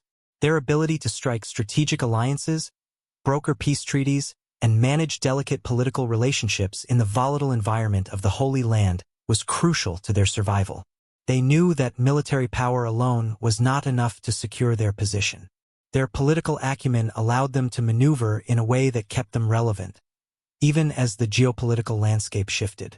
Despite their political savvy, the Templars' influence ultimately began to unravel as the Crusades came to an end. The loss of Jerusalem in 1187 to the forces of Saladin was a blow to the Christian world, but it was also a pivotal moment for the Templars. With the Crusader states in the Holy Land in retreat, their military and political importance began to wane. This shift in power left the Templars vulnerable to the political intrigues of Europe. In the late 13th and early 14th centuries, the political tides in Europe were changing. Monarchs were consolidating power, and the Church was finding itself in competition with secular rulers for authority. This clash of powers only further isolated the Templars, making them a target for ambitious monarchs like Philip IV. What followed in the wake of the Templars' fall was not just a dramatic loss of power, but a reordering of the political and religious landscape of Europe. The dissolution of the Templars marked a moment in history when both the Church and monarchy consolidated their power, and a new era of political control emerged. In the aftermath of their destruction, the Templars became the subject of myths, legends, and conspiracies. Their rise to power, their ability to navigate political relationships, and their eventual downfall served as a cautionary tale about the dangers of becoming too powerful, too independent, or too influential. The political legacy of the Templars continues to resonate today. Their story is often used as a metaphor for the ways in which power can be both a gift and a curse. In their rise, they demonstrated that the ability to influence the course of history is not just about brute force, but about understanding the political, economic, and social forces that shape the world. The Templars were masters at navigating these forces, but their downfall serves as a reminder of the dangers of overreach and the fragility of even the most powerful institutions. In the end, the Templars' political acumen, their strategic alliances, and their understanding of power did not save them. But their story remains a testament to the ways in which power, once gained, can be both fleeting and irreversible. The fall of the Knights Templar was as dramatic as it was swift, but the reverberations of their sudden destruction were felt far beyond their dissolution. What happened to the Order of the Templars after 1307, when the papacy finally disbanded them under immense pressure from King Philip IV of France? How did their wealth and influence disappear so quickly? And perhaps most intriguing of all, what secrets were concealed in the wake of their fall, and what lasting legacy did the Templars leave behind? These questions continue to fuel historical curiosity, conspiracy theories, and speculations, even centuries after the Order's demise. But beyond the rumors of hidden treasure and lost knowledge, there is a deeper, more subtle impact of the Templars' dissolution, one that involved the creation of new power structures, the birth of new financial institutions, and the emergence of secret societies that inherited much of the Templars' clandestine influence. The immediate aftermath of the Templars' downfall was a chaotic period of reconstruction. For centuries, the Order had been an essential player in both the military and financial landscapes of medieval Europe. Their vast wealth, built upon a sophisticated banking network and strategic alliances with European monarchs, had made them one of the most powerful and influential organizations in the world. Yet, after their sudden arrest, torture, and executions, along with the confiscation of their assets, many of the institutions that relied on them found themselves stranded, without a clear source of financial or political support. The very economies that had thrived due to Templar wealth were suddenly destabilized, and it would take years for European monarchies and the Church to reassert their dominance and regain control of the financial systems that had been so effectively disrupted. While King Philip IV had succeeded in temporarily eliminating the Templars as a political and financial force, his actions ultimately had unforeseen consequences. The Order's wealth didn't simply vanish. It was absorbed into the hands of the French monarchy and other European powers. The treasure and valuable properties they had accumulated were distributed among the crown, the church, and various aristocratic families. However, much of the Templars' most precious assets remained hidden. Some believe that they had foreseen their fall and planned for it by concealing part of their wealth in secret locations across Europe, including castles, churches, and hidden vaults in distant lands.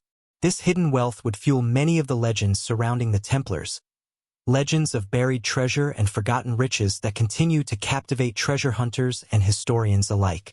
But the hidden treasures were not the only legacy of the Templars. The end of the Order marked the beginning of a new era in European history, an era in which the financial and political systems of Europe were irrevocably changed. With the dissolution of the Templars, the banking system they had created was effectively dismantled. Yet, the innovations they introduced, such as letters of credit and secure systems for transferring wealth across vast distances, did not disappear with them. In fact, the absence of the Templars' influence provided an opportunity for other financial institutions to emerge and take their place. Among the most prominent of these was the Medici family, whose rise to power in Italy in the 14th century helped to establish the foundation for modern banking. The Medici family was not the only group to inherit the Templars' financial innovations. The broader banking system that evolved in Europe after the Templars' fall began to incorporate many of the concepts the Order had pioneered. Their method of securely transferring money and their network of financial institutions became the blueprint for future generations of bankers and financiers. Even though the Templars were gone, the financial infrastructure they had created continued to operate, evolving into the complex global financial systems that govern the world today. Thus, the Templars, despite their violent end, were far more than a medieval military order. They were the architects of a financial revolution that would shape the modern world. While the Templars' financial influence persisted through these new banking systems, another lasting aspect of their legacy was the mystique and secrecy that surrounded them. The idea that the Templars possessed secret knowledge, hidden treasure, and perhaps even ancient artifacts has fueled a wealth of conspiracy theories and legends that have only grown more popular with time. The legends of the Holy Grail, the Ark of the Covenant, and other sacred relics being hidden by the Templars remain a prominent theme in both historical analysis and popular culture. These myths are not just stories of treasure. They are narratives that point to something much deeper. The idea that the Templars were not merely soldiers, bankers, and religious zealots, but custodians of a secret, ancient wisdom. The connections between the Templars and various secret societies, particularly the Freemasons, have also contributed to the mystique surrounding the order. The Freemasons, with their emphasis on secrecy, hidden knowledge, and esoteric symbols, are often linked to the Templars through shared rituals and philosophies. Some theorists suggest that after the Templars were destroyed, their surviving members went underground, forming secret societies that would carry on their legacy. Whether or not this connection is purely speculative or based on some hidden historical truth, the belief in a Templar-Freemason connection continues to be a prominent aspect of the Templar legend. Another facet of this enduring legacy lies in the rise of the so-called Templar myths, the stories that have been passed down through the centuries, shaping popular perceptions of the order. These myths often portray the Templars as mystical figures who possessed extraordinary knowledge, and in some cases, supernatural powers. Some suggest that the Templars were not simply a military order, but guardians of ancient, secret wisdom that could alter the course of human history. These myths have influenced everything from literature to films, creating an enduring image of the Templars as the ultimate secret society, wielding power from the shadows. One of the most enduring Templar myths involves their alleged role in guarding the Holy Grail. For centuries, the Grail has been one of the most coveted and sought-after relics in Christian history, said to contain the blood of Christ.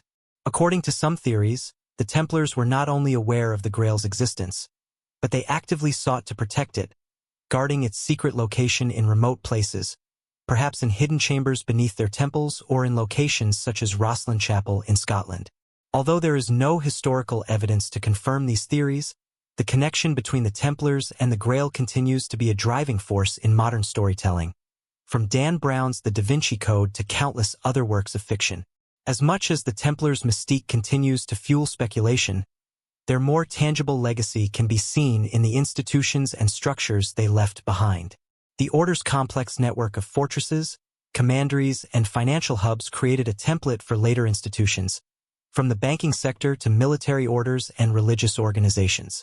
In a very real sense, the Templars' model for global organization, secrecy, and influence was ahead of its time, and it laid the groundwork for the development of powerful global networks that would emerge centuries later.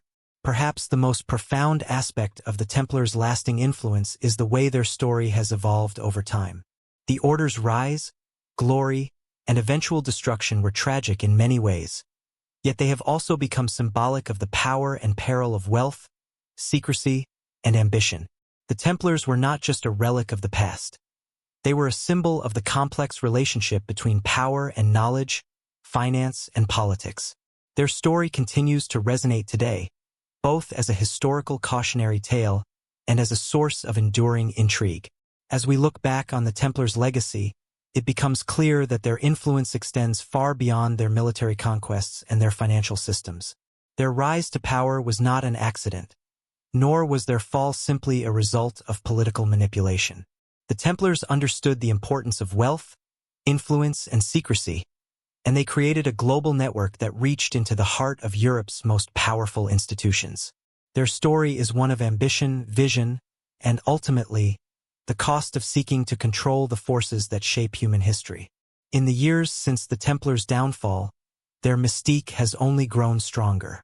The legends of their hidden treasure and sacred knowledge have persisted in the collective imagination, feeding into the myth of the Templars as eternal guardians of secrets that transcend time.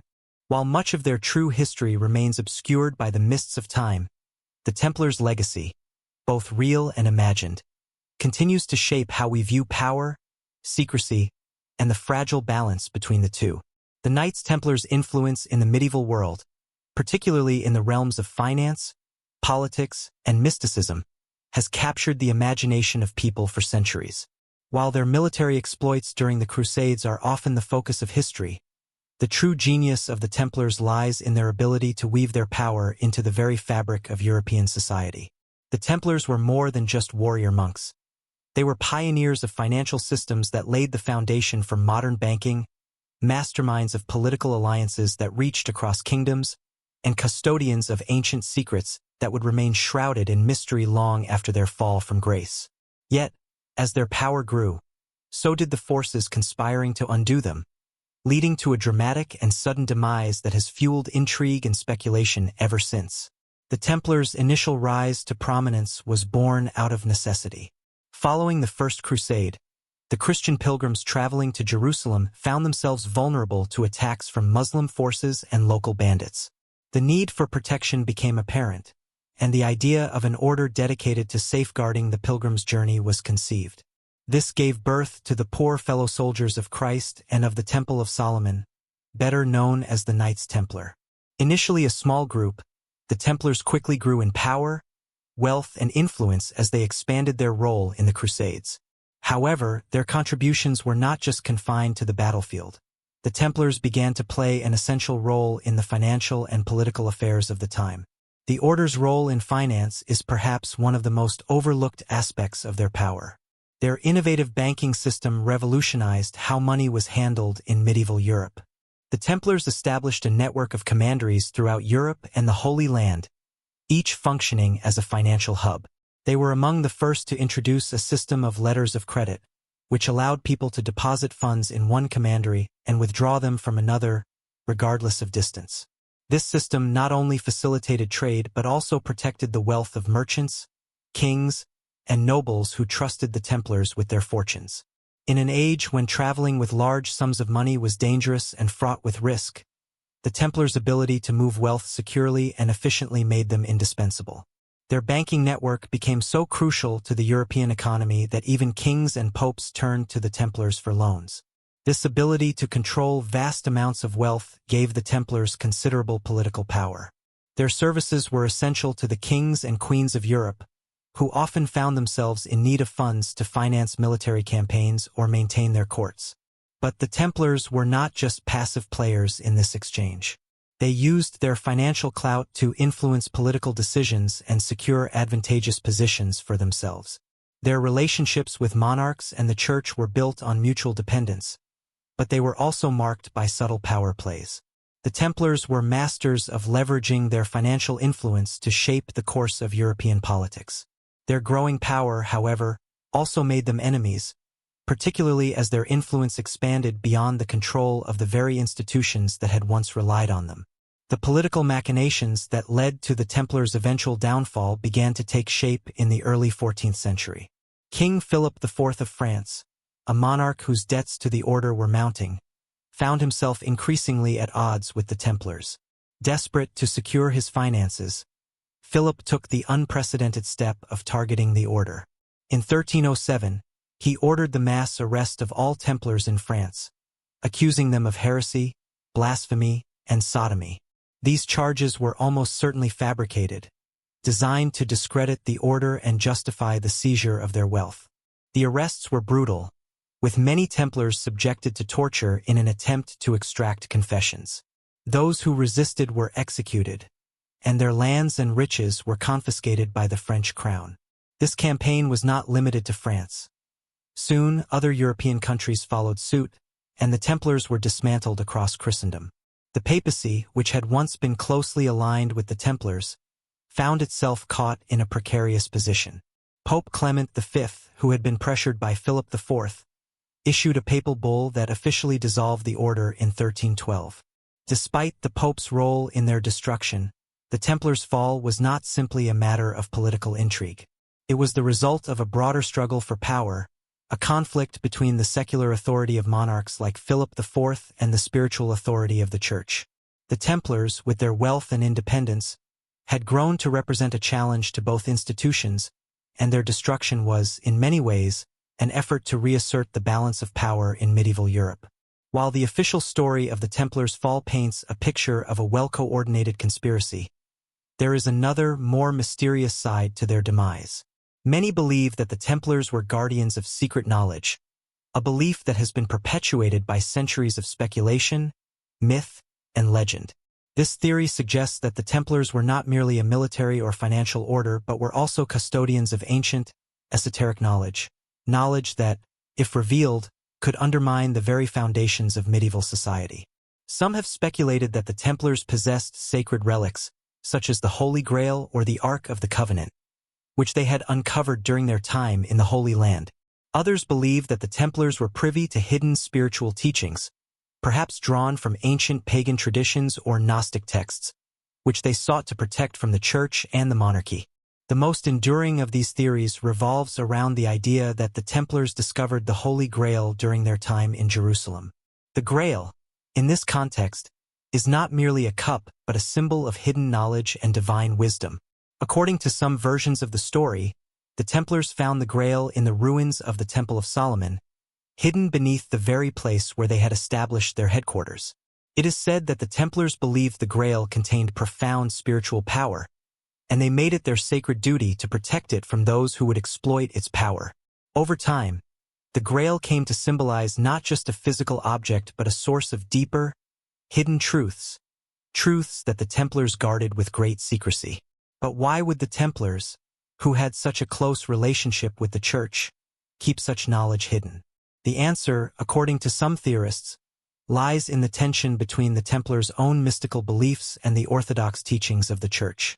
The Templars were not just warriors. They were seekers of truth.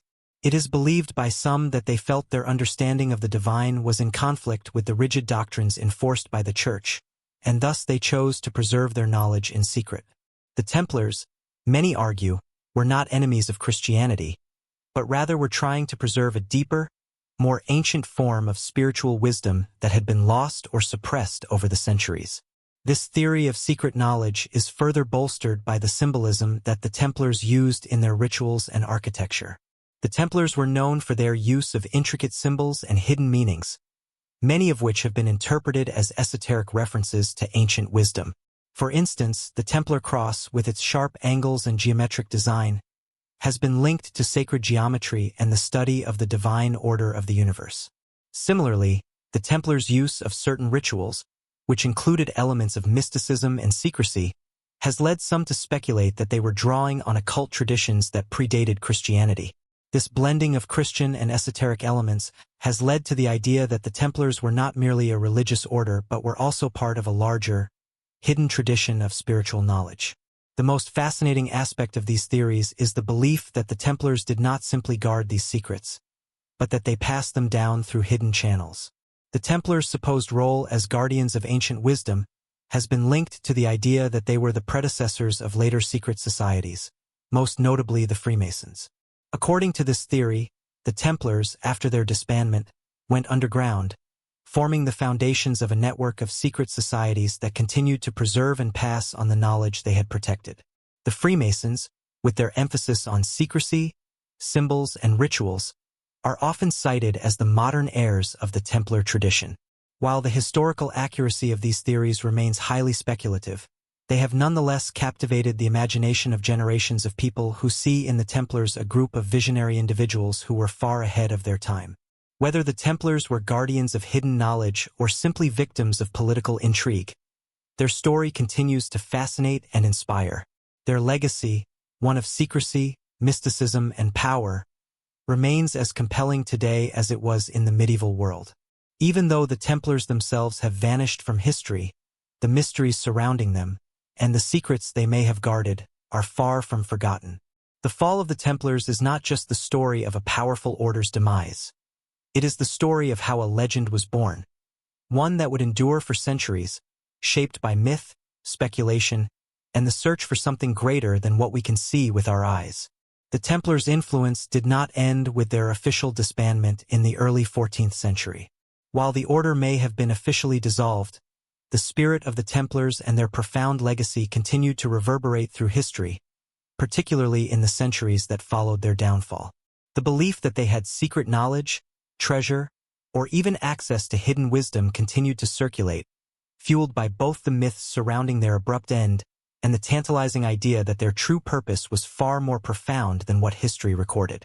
But what was it about the Templars that left such an enduring imprint on the historical consciousness of Europe? What did they represent that was so dangerous to the established order, and why did they continue to capture the imagination of generations long after their fall? In many ways, the Templar story became a mirror for the political and religious struggles of the age. The tension between the secular authority of monarchs and the spiritual authority of the Church was a central theme of medieval Europe. And at the heart of this conflict stood the Templars, an organization that had once been a bulwark of the Church and, at other times, a symbol of the tension between religious devotion and worldly power. This dual nature made them both valuable and, ultimately, a threat. On the one hand, they were warriors and religious zealots, bound by vows of poverty, chastity, and obedience. On the other hand, they were savvy bankers and skilled diplomats, who had amassed vast wealth and influence. This mixture of the sacred and the profane, of spirituality and material power, was precisely what made them both indispensable and dangerous to those in power. The rapid growth of the Templars during the Crusades gave them an extraordinary level of influence across Europe. The order's ability to function as both a military force and a financial institution was a revolutionary development at the time. The Templars were not only knights in shining armor. They were the trusted financiers of kings, the protectors of sacred relics, and the custodians of immense wealth. Their military prowess was undeniable. They played a central role in the defense of the Crusader states and were among the most effective fighting forces in the region. But it was their financial networks that set them apart.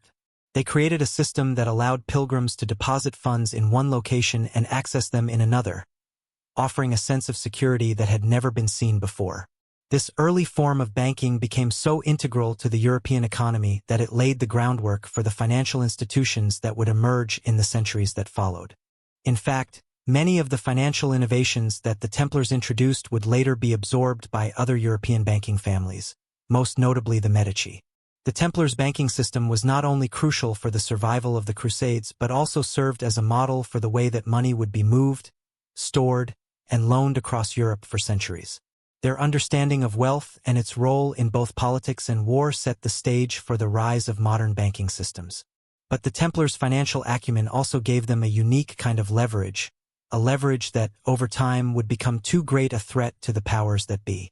Monarchs, particularly King Philip IV of France, came to see the Templars not as an ally, but as a competitor, someone who had the financial independence and the power to influence the outcome of political decisions. The dissolution of the Templars was as much about the confiscation of their wealth as it was about the political and religious fears they provoked. The order had become too powerful, and their secrecy and wealth made them a target. But the Templars' fall also marked the beginning of a larger, more enigmatic legacy, one that has persisted through the centuries and continues to fuel intrigue and speculation. As the order was dismantled, it left behind a power vacuum that was quickly filled by other secretive organizations, many of which claimed to be the heirs of the Templars. The Freemasons are often cited as the most direct continuation of the Templar tradition. Whether or not the Freemasons are truly descended from the Templars is a subject of debate, but the symbolism and rituals of the two groups share striking similarities. The Freemasons, like the Templars, are often associated with secrecy, hidden knowledge, and a deep connection to esoteric wisdom. The Templars' influence on the development of Freemasonry can be seen in the use of symbols such as the square and compass, which have parallels in Templar iconography. Furthermore, both groups have been linked to the idea of ancient knowledge being passed down through secret rituals. Some believe that the Templars, after their official dissolution, went underground and reconstituted themselves in secret, preserving their mystical teachings and financial acumen through organizations like the Freemasons. This connection between the Templars and Freemasonry has fueled countless theories about the true nature of the Templars' secret knowledge and their role in shaping world history. But the myths surrounding the Templars go beyond just secret societies. The idea that the Templars were guardians of hidden treasure has become a central theme in the lore surrounding their legacy. From the Holy Grail to the Ark of the Covenant, the Templars have been linked to some of the most iconic and mysterious artifacts in history. The Grail, in particular, has captured the imagination of countless writers, filmmakers, and conspiracy theorists. According to legend, the Templars discovered the Grail during their time in the Holy Land, possibly while they were excavating beneath the Temple of Solomon in Jerusalem. The Grail, which is often portrayed as the cup used by Christ at the Last Supper, is said to hold the key to unlocking divine knowledge. Some believe that the Templars, upon discovering the Grail, made it their mission to protect it from those who would misuse its power. The notion that the Templars were custodians of such an artifact has become a cornerstone of their mystique, adding an aura of spiritual mystery to their already complex legacy. The search for Templar treasure has been a continuous endeavor, with treasure hunters, historians, and enthusiasts dedicating their lives to uncovering the secrets of the Order's hidden riches. The notion that the Templars buried their wealth before their fall has inspired numerous quests, with many speculating that the treasure could be hidden in secret locations across Europe, from the remote islands of Scotland to the vaults of abandoned castles in Portugal. While no definitive proof of hidden Templar treasure has ever been found, the search continues, further fueling the myth of the Templars as keepers of secret wealth and forbidden knowledge. But perhaps the most enduring aspect of the Templars' legacy is the idea that they were keepers of a secret, ancient wisdom that transcended the boundaries of religion, politics, and even time. This secret knowledge, many believe, was not simply about treasure or sacred relics, but was tied to a deeper understanding of the world, the divine, and humanity's place within it. The Templars were not just warriors. They were seekers of truth, and they devoted their lives to uncovering mysteries that were hidden from the eyes of the common people. This quest for knowledge has led to the idea that the Templars were the last of an ancient order, guardians of wisdom that predated Christianity, possibly even going back to the lost civilizations of Atlantis or Egypt. The Templars' fall, then, is not just a story of political intrigue or religious persecution. It is the story of a powerful organization that sought to uncover the hidden truths of the world and was destroyed because of it. Their demise has become a symbol of the dangers of seeking forbidden knowledge, of uncovering secrets that are not meant to be known.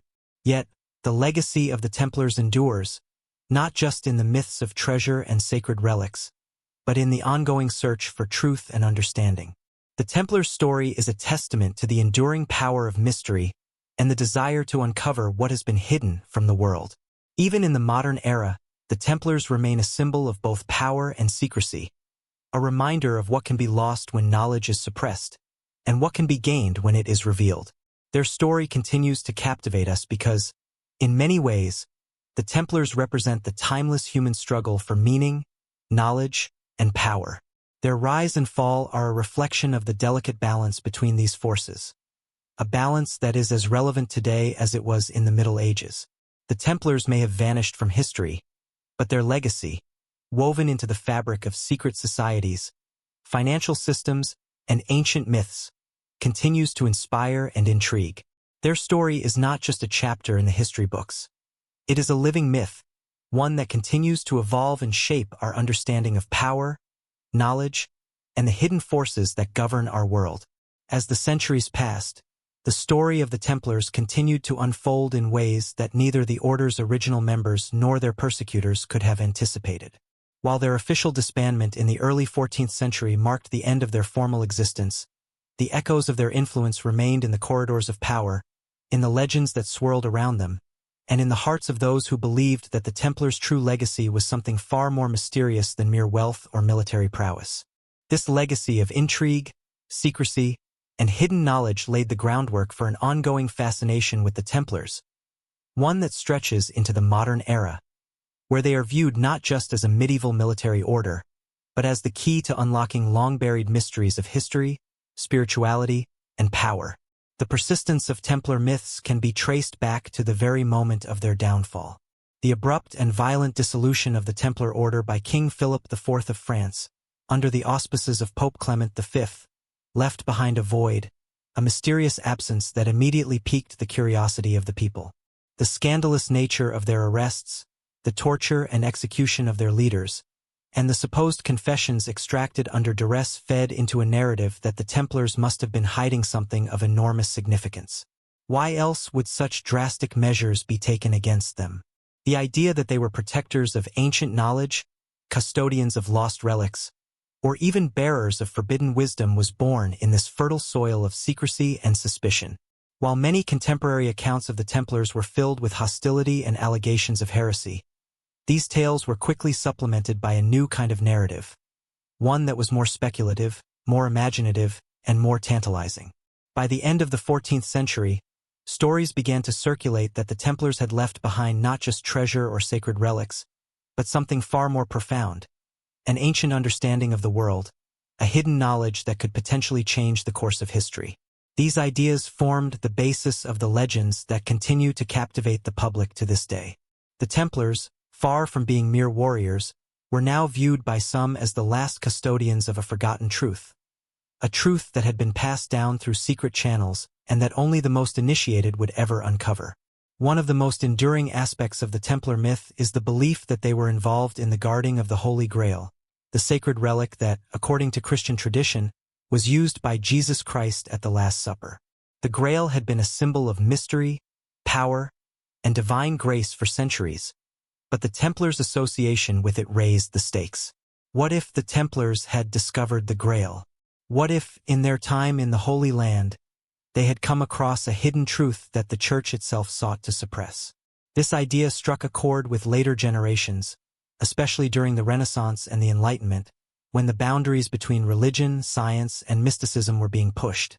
The notion that the Templars held a key to some form of divine or occult wisdom led many to believe that their knowledge was not just religious, but also philosophical and metaphysical. The Templars' role in guarding the Grail, however, is just one of many theories that have been proposed to explain their enduring mystique. Some believe that the Order's true purpose was to safeguard knowledge that extended far beyond Christian doctrine. For instance, some theorists suggest that the Templars were guardians of pre-Christian wisdom, potentially from ancient Egypt, Babylon, or even Atlantis. These theories propose that the Templars were not simply a military order, but the inheritors of an ancient, hidden tradition that predated Christianity by millennia. In this view, the Templars were not just fighters for the faith. They were the keepers of a secret knowledge, a knowledge that spanned both the ancient world and the early Christian era, and that could explain the many mysteries of the universe. This hidden knowledge was often linked to ideas of alchemy, sacred geometry, and numerology, which flourished during the Renaissance and beyond. It was believed that the Templars possessed secret codes, symbols, and teachings that could unlock the mysteries of the universe, and that these codes were hidden in plain sight. The Templar cross, with its precise geometry and symbolic meanings, was interpreted by some as a key to understanding the hidden structure of the cosmos. The Templars' interest in sacred geometry and their architectural feats, such as the design of churches and temples, further fueled the belief that they were not just building physical structures, but encoding esoteric knowledge in their designs. These beliefs found expression in later secret societies, most notably the Freemasons, who were thought to be the modern inheritors of the Templar tradition.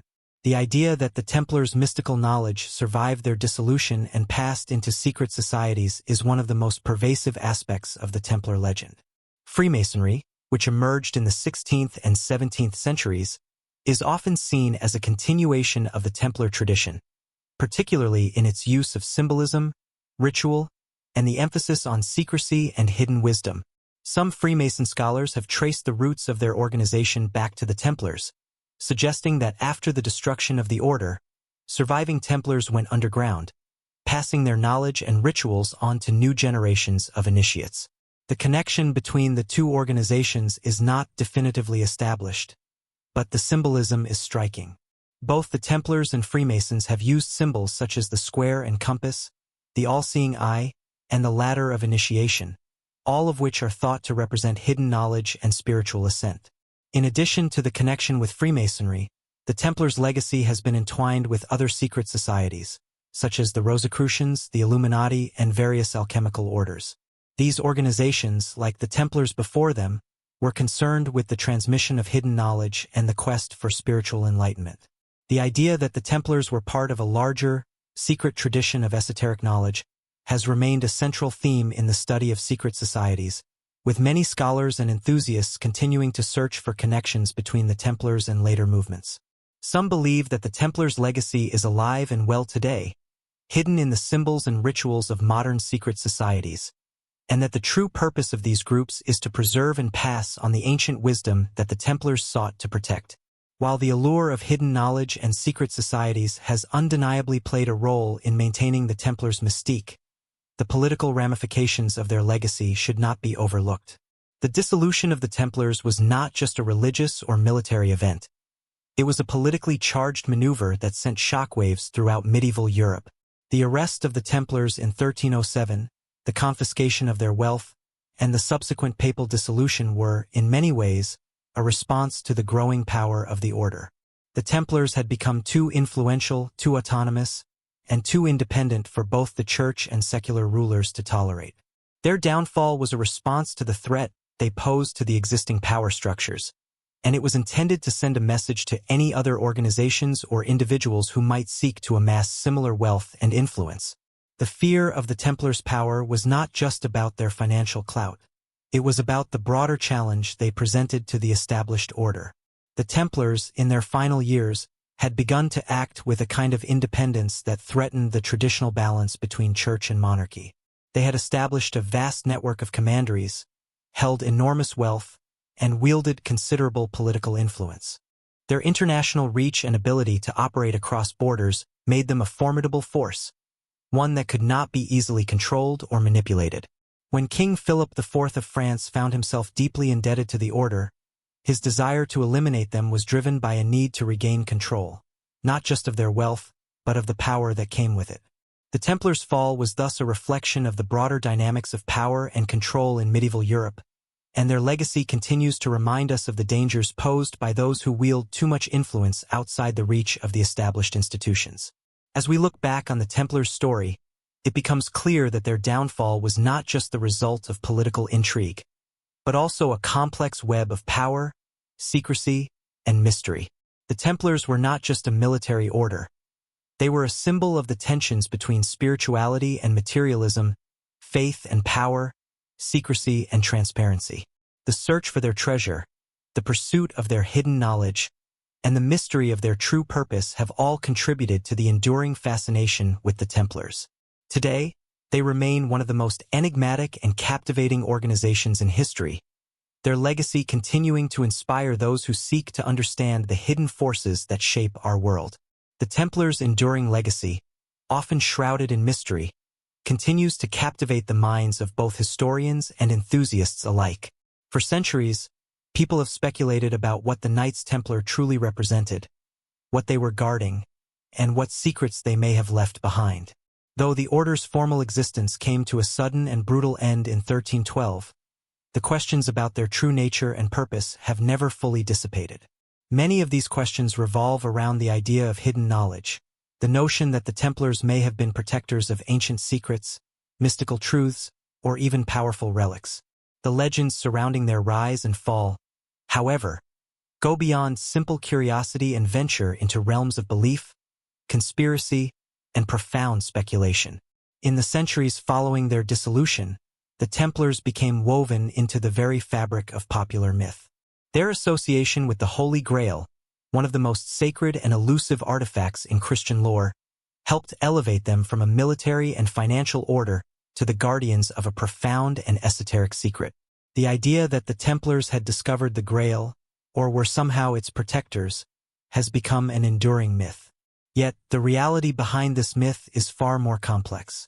The Grail has symbolized many things throughout history, ranging from divine wisdom to the very essence of spiritual power.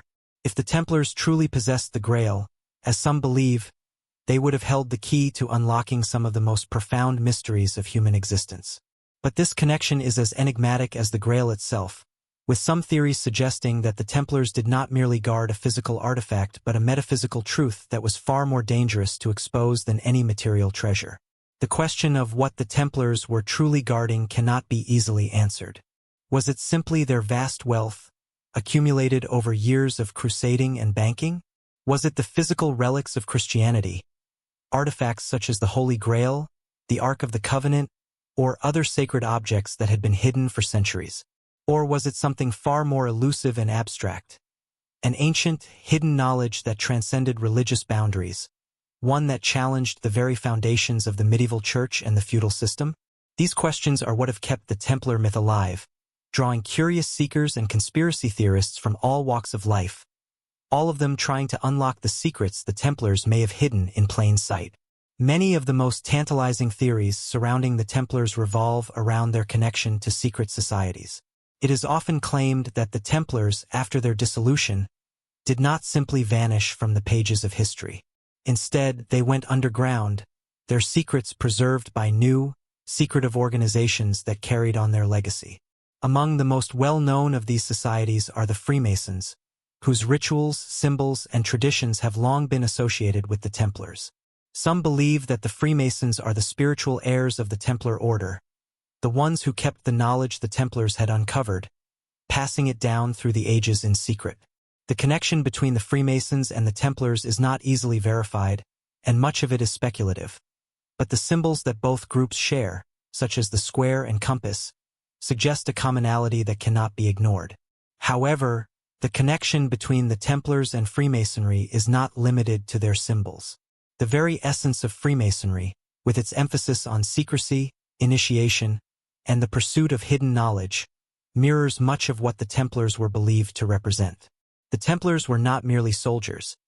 They were initiates into a higher order, a group of men who were said to possess esoteric knowledge and whose power extended far beyond the battlefield.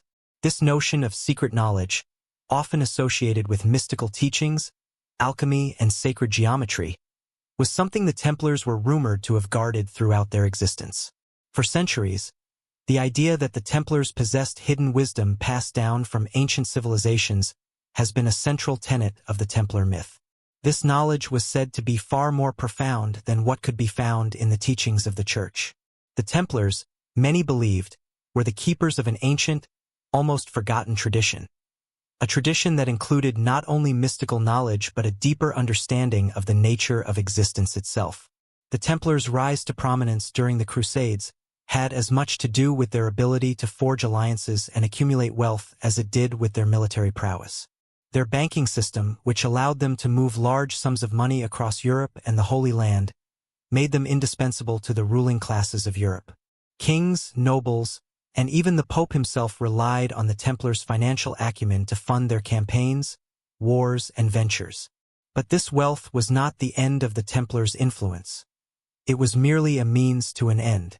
Their true power, many believe, was in their ability to operate outside of the typical constraints of feudal society.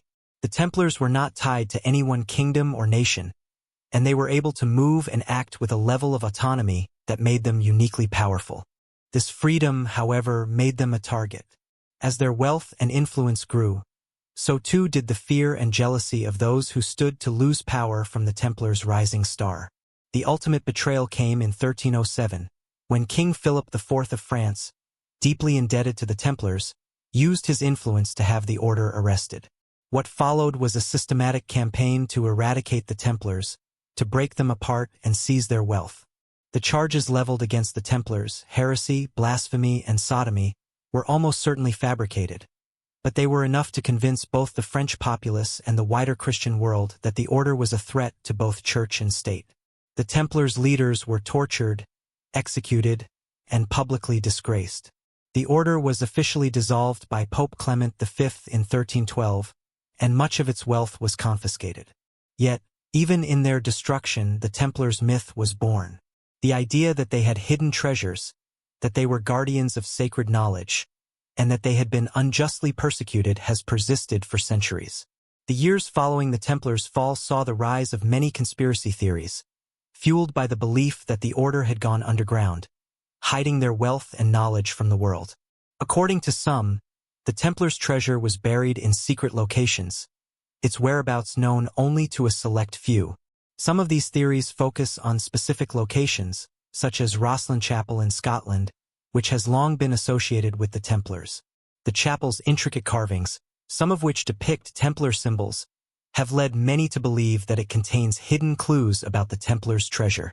Other locations, such as the island of Oak Island off the coast of Canada, have also been linked to Templar treasure.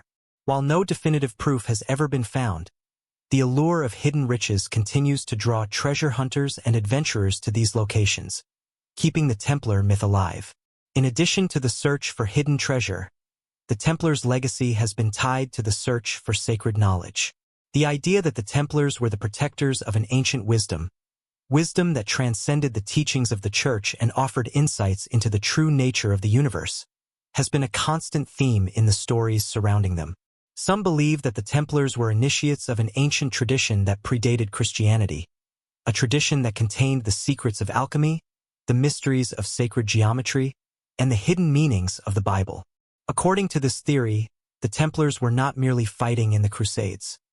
They were searching for and protecting a knowledge that could unlock the true nature of reality. This idea has captivated both spiritual seekers and scholars for centuries. The Templars, it is believed, were drawn into a quest for hidden knowledge, an exploration of the divine mysteries that could not be understood by ordinary people. This quest, it is said, led them to the discovery of ancient texts, sacred symbols, and hidden teachings that were passed down through secret channels. The Templars, according to some, were not just warriors. They were mystics, philosophers, and seekers of truth. Their downfall, then, was not simply a result of political maneuvering or jealousy. It was the result of their pursuit of knowledge that threatened the very foundations of the medieval world. The Templars' story is ultimately one of contradictions. They were a religious order, yet their wealth and power made them a target for both political and religious authorities. They were protectors of sacred knowledge, yet that very knowledge is what led to their downfall. The Templars' rise to prominence was driven by both their military might and their financial ingenuity, yet these very qualities made them vulnerable to betrayal. They were, in many ways, the product of their time, an era of religious fervor, political intrigue, and secretive knowledge, but their legacy transcends this time. Today, the Templars remain a symbol of mystery, power, and the search for truth in a world that often seeks to hide or suppress that truth. Their story continues to unfold, not in the pages of history books, but in the minds of those who are drawn to the mystery of the Templars. The search for hidden treasures, sacred knowledge, and ancient secrets is as alive today as it was in the days of the Crusades. The Templars may have been dissolved, but their legacy, both real and imagined, continues to shape our understanding of the past and our pursuit of the mysteries that lie beyond our understanding. The fall of the Knights Templar was not simply the collapse of a powerful military order. It was a defining moment in European history, one that reverberated across the centuries, leaving behind not only a void but a legacy of secrecy, intrigue, and myth. The abrupt dissolution of the Templars, under the orders of King Philip IV of France and Pope Clement V, marked the end of one of the most influential orders of the medieval world. Yet, instead of disappearing into the annals of history, the Templars became an enduring enigma, one that continues to captivate the minds of those interested in the mysteries of the past. The Templar legacy, shaped by myth and reality, has fueled countless theories and speculation about what the order truly represented, what they knew, and why they were so ruthlessly dismantled. The public narrative surrounding the Templars' downfall is one of political power struggles, religious conflict, and accusations of heresy. But for many, the official story does not fully explain why such a formidable and respected order was brought to its knees. The charges leveled against the Templars, heresy, blasphemy, idolatry, and sodomy, were, at best, dubious and at worst, politically motivated fabrications. The most shocking aspect of the Templars' end was the speed with which it occurred. The arrests were swift and widespread, taking place in the early hours of Friday, October 13, 1307, when thousands of Templars were captured across France, tortured into confession, and subsequently executed or imprisoned. The suddenness of the purge and the brutal nature of the charges against them left many to wonder if there was something more to their fall than mere political or religious rivalry. For centuries, historians and conspiracy theorists alike have been trying to piece together the real story of the Templars' demise. One of the most persistent and tantalizing theories is that the Templars were not merely a military order but guardians of something far more important, something so powerful, so dangerous, that it threatened the very fabric of medieval society. These theories suggest that the Templars had access to hidden knowledge, ancient relics, or even secret wisdom that the Church, the monarchy, and other powers of the time feared. The idea that the Templars were protectors of a deeper, mystical truth has been a cornerstone of many speculative accounts of their history. One of the most enduring and widely discussed theories is the belief that the Templars were guardians of the Holy Grail. This legendary artifact, associated with Christ's Last Supper, has been the subject of fascination for centuries. For some, the Grail is more than just a physical object. It represents divine knowledge and spiritual power, and its possession would have conferred immense authority on its keeper.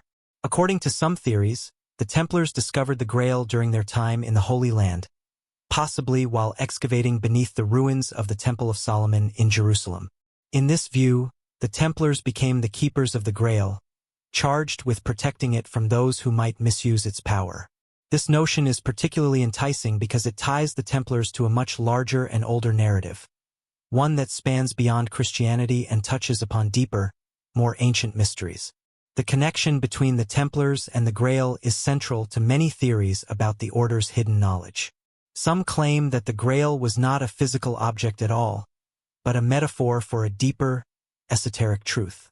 The Templars, in this interpretation, were not merely warriors but seekers of hidden wisdom, possibly related to Gnosticism, the mystical traditions of ancient Egypt, or even pre-Christian paganism. The Grail, then, could represent a secret understanding of the divine, an understanding that the Church and other religious authorities sought to suppress in order to maintain their own power. This interpretation suggests that the Templars' quest for the Grail was not just a religious pursuit but a spiritual one, an attempt to uncover the hidden knowledge that could elevate humanity and restore balance to the world. But if the Templars were indeed protectors of such knowledge, why did they not reveal it to the world?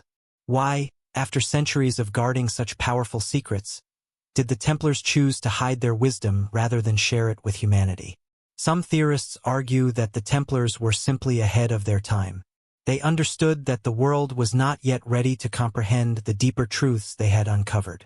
The Templars, it is said, believed that revealing the Grail's secrets or other ancient knowledge could cause chaos, disrupt the established order, and lead to untold suffering.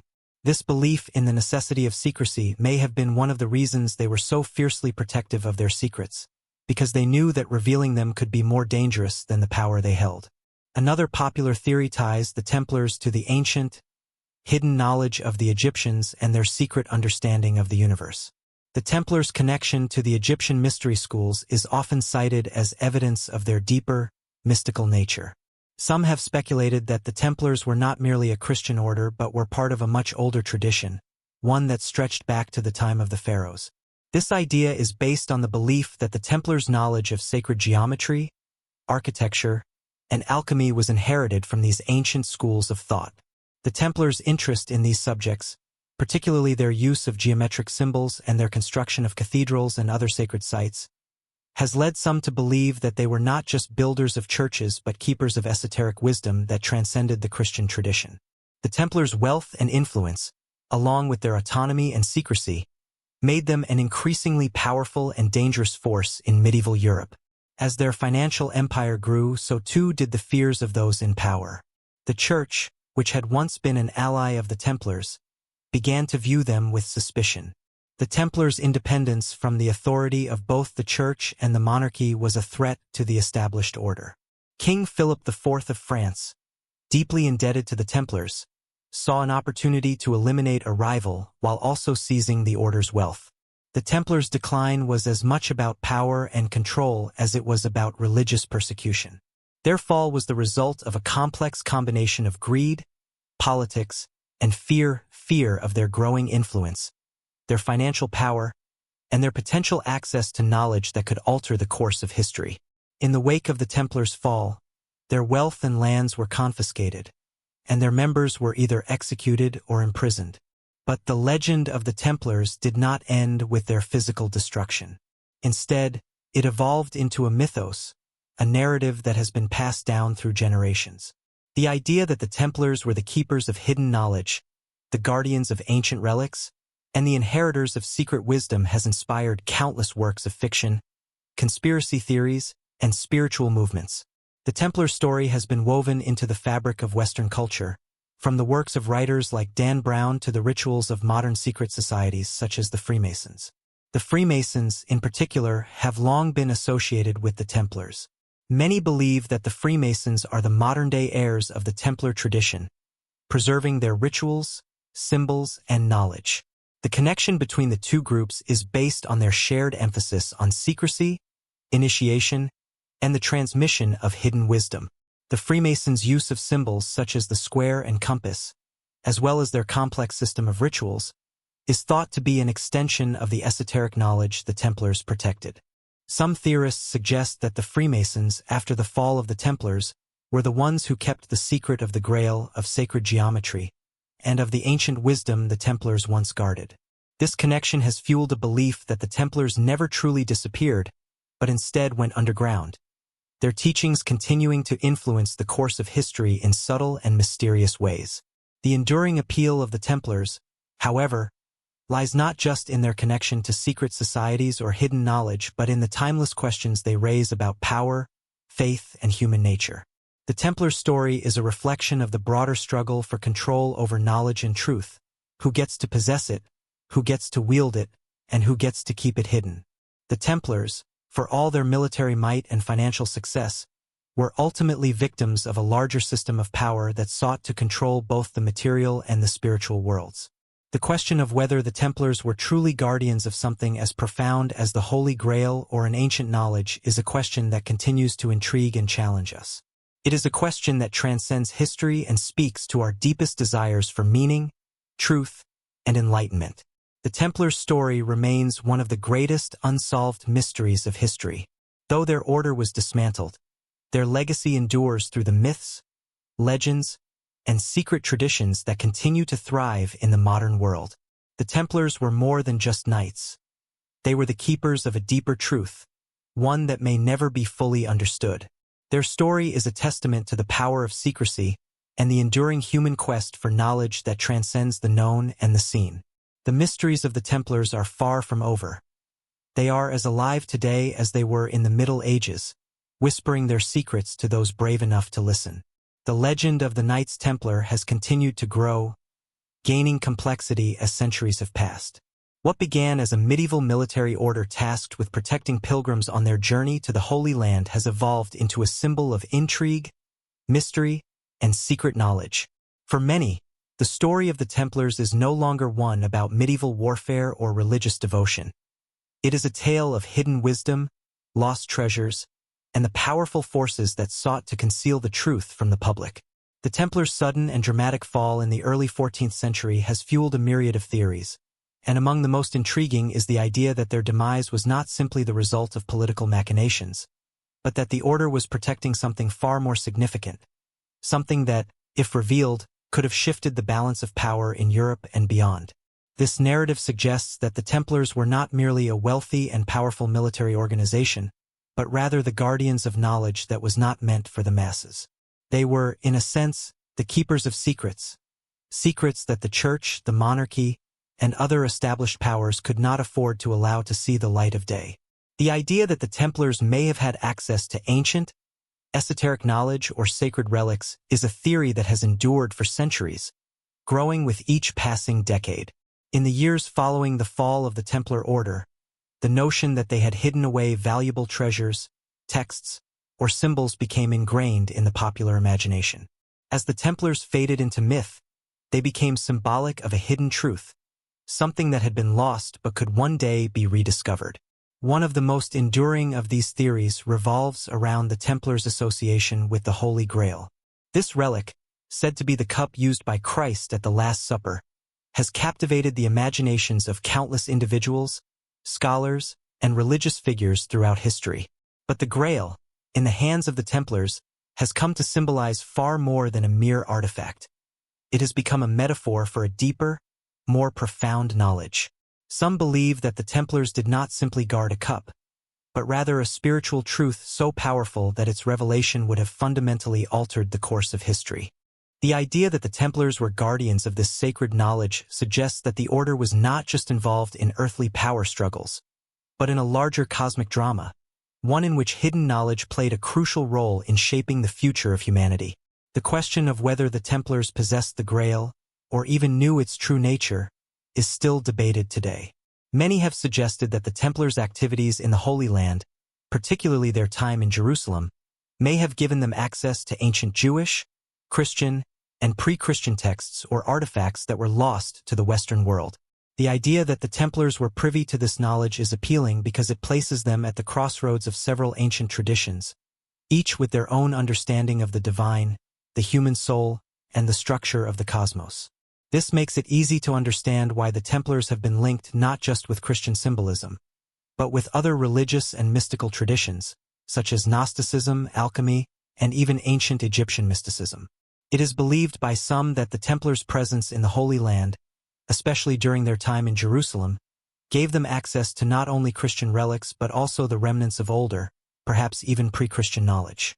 Some have speculated that the Templars, through their excavation of ancient sites and their exploration of biblical and archaeological artifacts, may have discovered the hidden truths about the origins of Christianity itself. Perhaps they uncovered manuscripts that were believed to be lost, texts that offered alternative versions of Christian teachings, or scrolls that revealed the deeper, mystical teachings of Christ and his followers. These possibilities have fueled a host of theories that place the Templars at the center of a much larger and older narrative, one that stretches beyond the bounds of Christianity and into the realm of ancient, forgotten wisdom.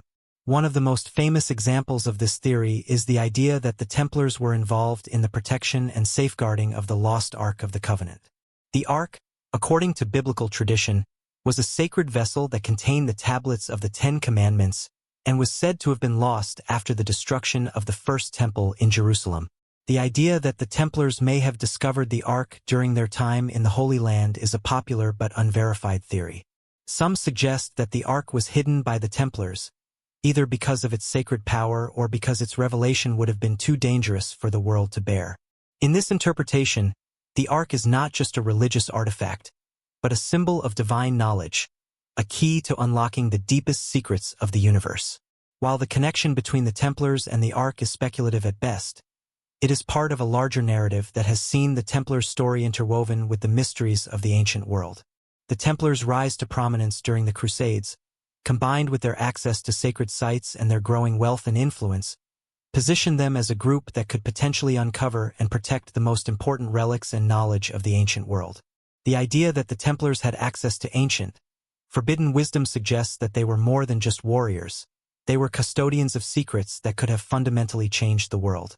But if the Templars were indeed protecting such powerful knowledge, why were they not more open about it? Why, if they were the guardians of the Grail, the Ark, or other hidden truths, did they not reveal these secrets to the public? Some have speculated that the Templars understood the dangers of such knowledge and chose to keep it hidden for the greater good. Perhaps they believed that revealing these truths would have destabilized society, destroyed the foundations of Christianity, or led to widespread chaos. In this view, the Templars' secrecy was not a sign of conspiracy, but of a deep, almost sacrificial responsibility to protect the world from knowledge that was too potent for humanity to handle. This theory is tied to the broader concept of esoteric knowledge, the idea that there are certain truths that are reserved for the initiated, for those who are spiritually and intellectually prepared to understand them. Esoteric knowledge, according to this line of thinking, is not meant for the masses. It is hidden in symbols, coded messages, and sacred texts, and can only be understood by those who are prepared to receive it. The Templars, as initiates of a higher spiritual order, are said to have been entrusted with this kind of knowledge. Their duty was not only to protect physical treasures or relics, but to preserve the spiritual and intellectual heritage of humanity. The idea that the Templars were keepers of esoteric knowledge aligns with their role as a secretive order, bound by oaths of silence and loyalty, and dedicated to an unseen cause. While many of the theories surrounding the Templars' role as guardians of hidden knowledge are speculative, they have nonetheless captured the public imagination. The search for the Templars' treasure, for the lost Grail, and for other hidden truths has become a modern-day obsession for treasure hunters, scholars, and adventurers alike.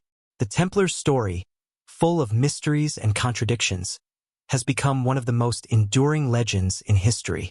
Despite the absence of concrete evidence to support many of these theories, the allure of the unknown, The idea that there are secrets buried in the past that could change the course of the future continues to drive interest in the Templars. The mystery of the Templars has also given rise to a variety of secret societies, some of which claim to be the spiritual heirs of the Templar tradition. One of the most prominent of these is Freemasonry, an organization that shares many of the symbols and rituals attributed to the Templars. Freemasons, like the Templars before them, are said to be guardians of ancient knowledge, initiates into a tradition that stretches back to the dawn of civilization.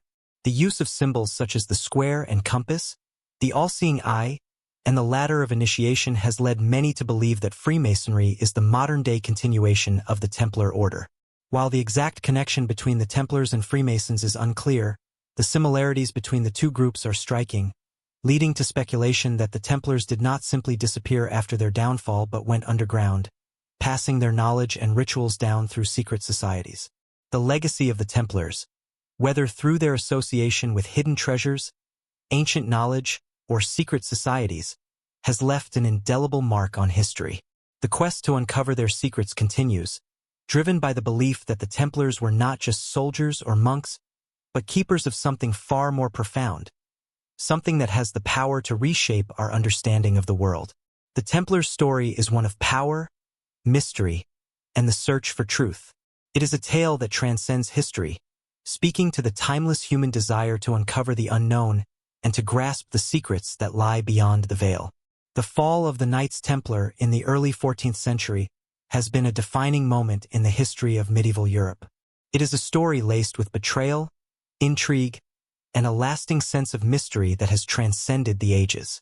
Though the order's dissolution is widely known as the result of political maneuvering, financial interests, and religious conflict, the story of the Templars, their rise, their fall, and what they may have left behind, remains an ever-present enigma. The disappearance of the Templars from the annals of history should have ended their legacy, but it only served to elevate their place in the mythos of Europe, transforming them from a group of religious soldiers into symbols of hidden wisdom, treasure, and secrets that could alter the course of history. The enduring interest in the Templars is not simply about their actions as a military order, but about what they may have known and what they may have been guarding during their time in power. The Templars, a group founded in 1119, began as a humble band of knights dedicated to the protection of Christian pilgrims traveling to the Holy Land. Initially, their mission was pious and military in nature, defending pilgrims against bandits and invaders, but their role expanded rapidly. Over the course of the Crusades, the Templars amassed wealth, influence, and territories across Europe and the Holy Land. They became both warriors and bankers, wielding economic and political power that rivaled even the monarchs and popes they once served. But the very traits that made the Templars so powerful also made them vulnerable to the ambitions of those in power. King Philip IV of France, deeply in debt to the Templars, saw an opportunity to remove a potential rival and seize their wealth. With the papacy under his control, Philip pressured Pope Clement V into launching a series of brutal arrests and trials against the Templars in 1307. The charges were serious accusations of heresy, blasphemy, and sodomy, but the circumstances of the arrest, and the speed with which the accusations spread across Europe, suggest that the Templars' demise was as much about power and money as it was about religious differences. In the years following the arrests, many of the Templars were tortured into confessing crimes they may not have committed, and their leaders were burned at the stake in public spectacles. The order, once powerful and revered, was officially disbanded by the Pope in 1312, and much of its wealth and lands were seized by the monarchy. However, the Templars did not simply vanish from history after their fall. Instead, they became the subject of endless speculation. The official narrative, the political and religious conspiracy behind their downfall, was too simple for many to accept. What had truly been the Templars' role in the world? Were they merely a military order gone astray, or was there something far deeper to their story?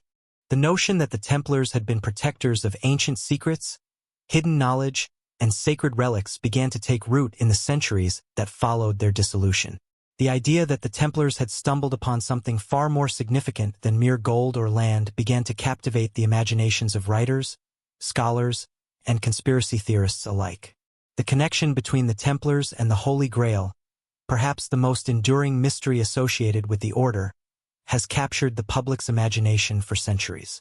The Holy Grail, according to Christian legend, is the cup that Jesus Christ drank from during the Last Supper, and it became one of the most revered relics in Christian history. The Grail was believed to have mystical properties. Some believed it had the power to heal, others thought it could grant eternal life. The idea that the Templars, in their travels to the Holy Land, could have encountered the Grail has been one of the most enduring theories about their purpose. Some believe that the Templars not only found the Grail but kept it hidden, guarding its secret for generations. This theory suggests that the Templars' real mission was not simply military, but to protect a spiritual truth that could alter the course of Christianity and human history. But the idea that the Templars were protectors of the Grail is not without its complications. While there is no direct evidence to support this theory, the Templars' presence in Jerusalem, their involvement in excavations beneath the Temple Mount, and their connections to key religious figures have made them prime candidates in the eyes of conspiracy theorists. Some speculate that the Templars discovered the Grail in the ancient ruins beneath the Temple of Solomon in Jerusalem. The Temple Mount, considered one of the holiest sites in both Judaism and Christianity, was the location of the Jewish temple built by King Solomon. Over time, it became a site of religious significance to many cultures, and some believe the Templars were drawn to the Temple Mount in search of both spiritual and material wealth. The theory that they found the Grail there is further supported by the many symbolic references to the Grail found in Templar iconography, including the use of the Red Cross, which some claim represents the cup. Another theory suggests that the Templars were not simply guardians of a material object but were stewards of an esoteric truth, one that could unlock the secrets of the universe and the divine. According to this view, the Templars' true mission was not to protect an artifact, but to preserve an ancient wisdom that had been passed down through secret societies for centuries. This knowledge, some believe, could have been based on the teachings of the ancient Egyptians, the Gnostics, or even pre-Christian spiritual traditions. In this context, the Templars were not merely warriors for the Christian cause, but spiritual initiates who sought to preserve a deeper understanding of the divine, an understanding that transcended the dogma of the Church. This theory has been reinforced by the Templars' fascination with sacred geometry, their involvement in the construction of cathedrals, and their use of symbols that appear in many ancient mystical traditions. One of the most compelling aspects of the Templars' legacy is their connection to secret societies, particularly the Freemasons.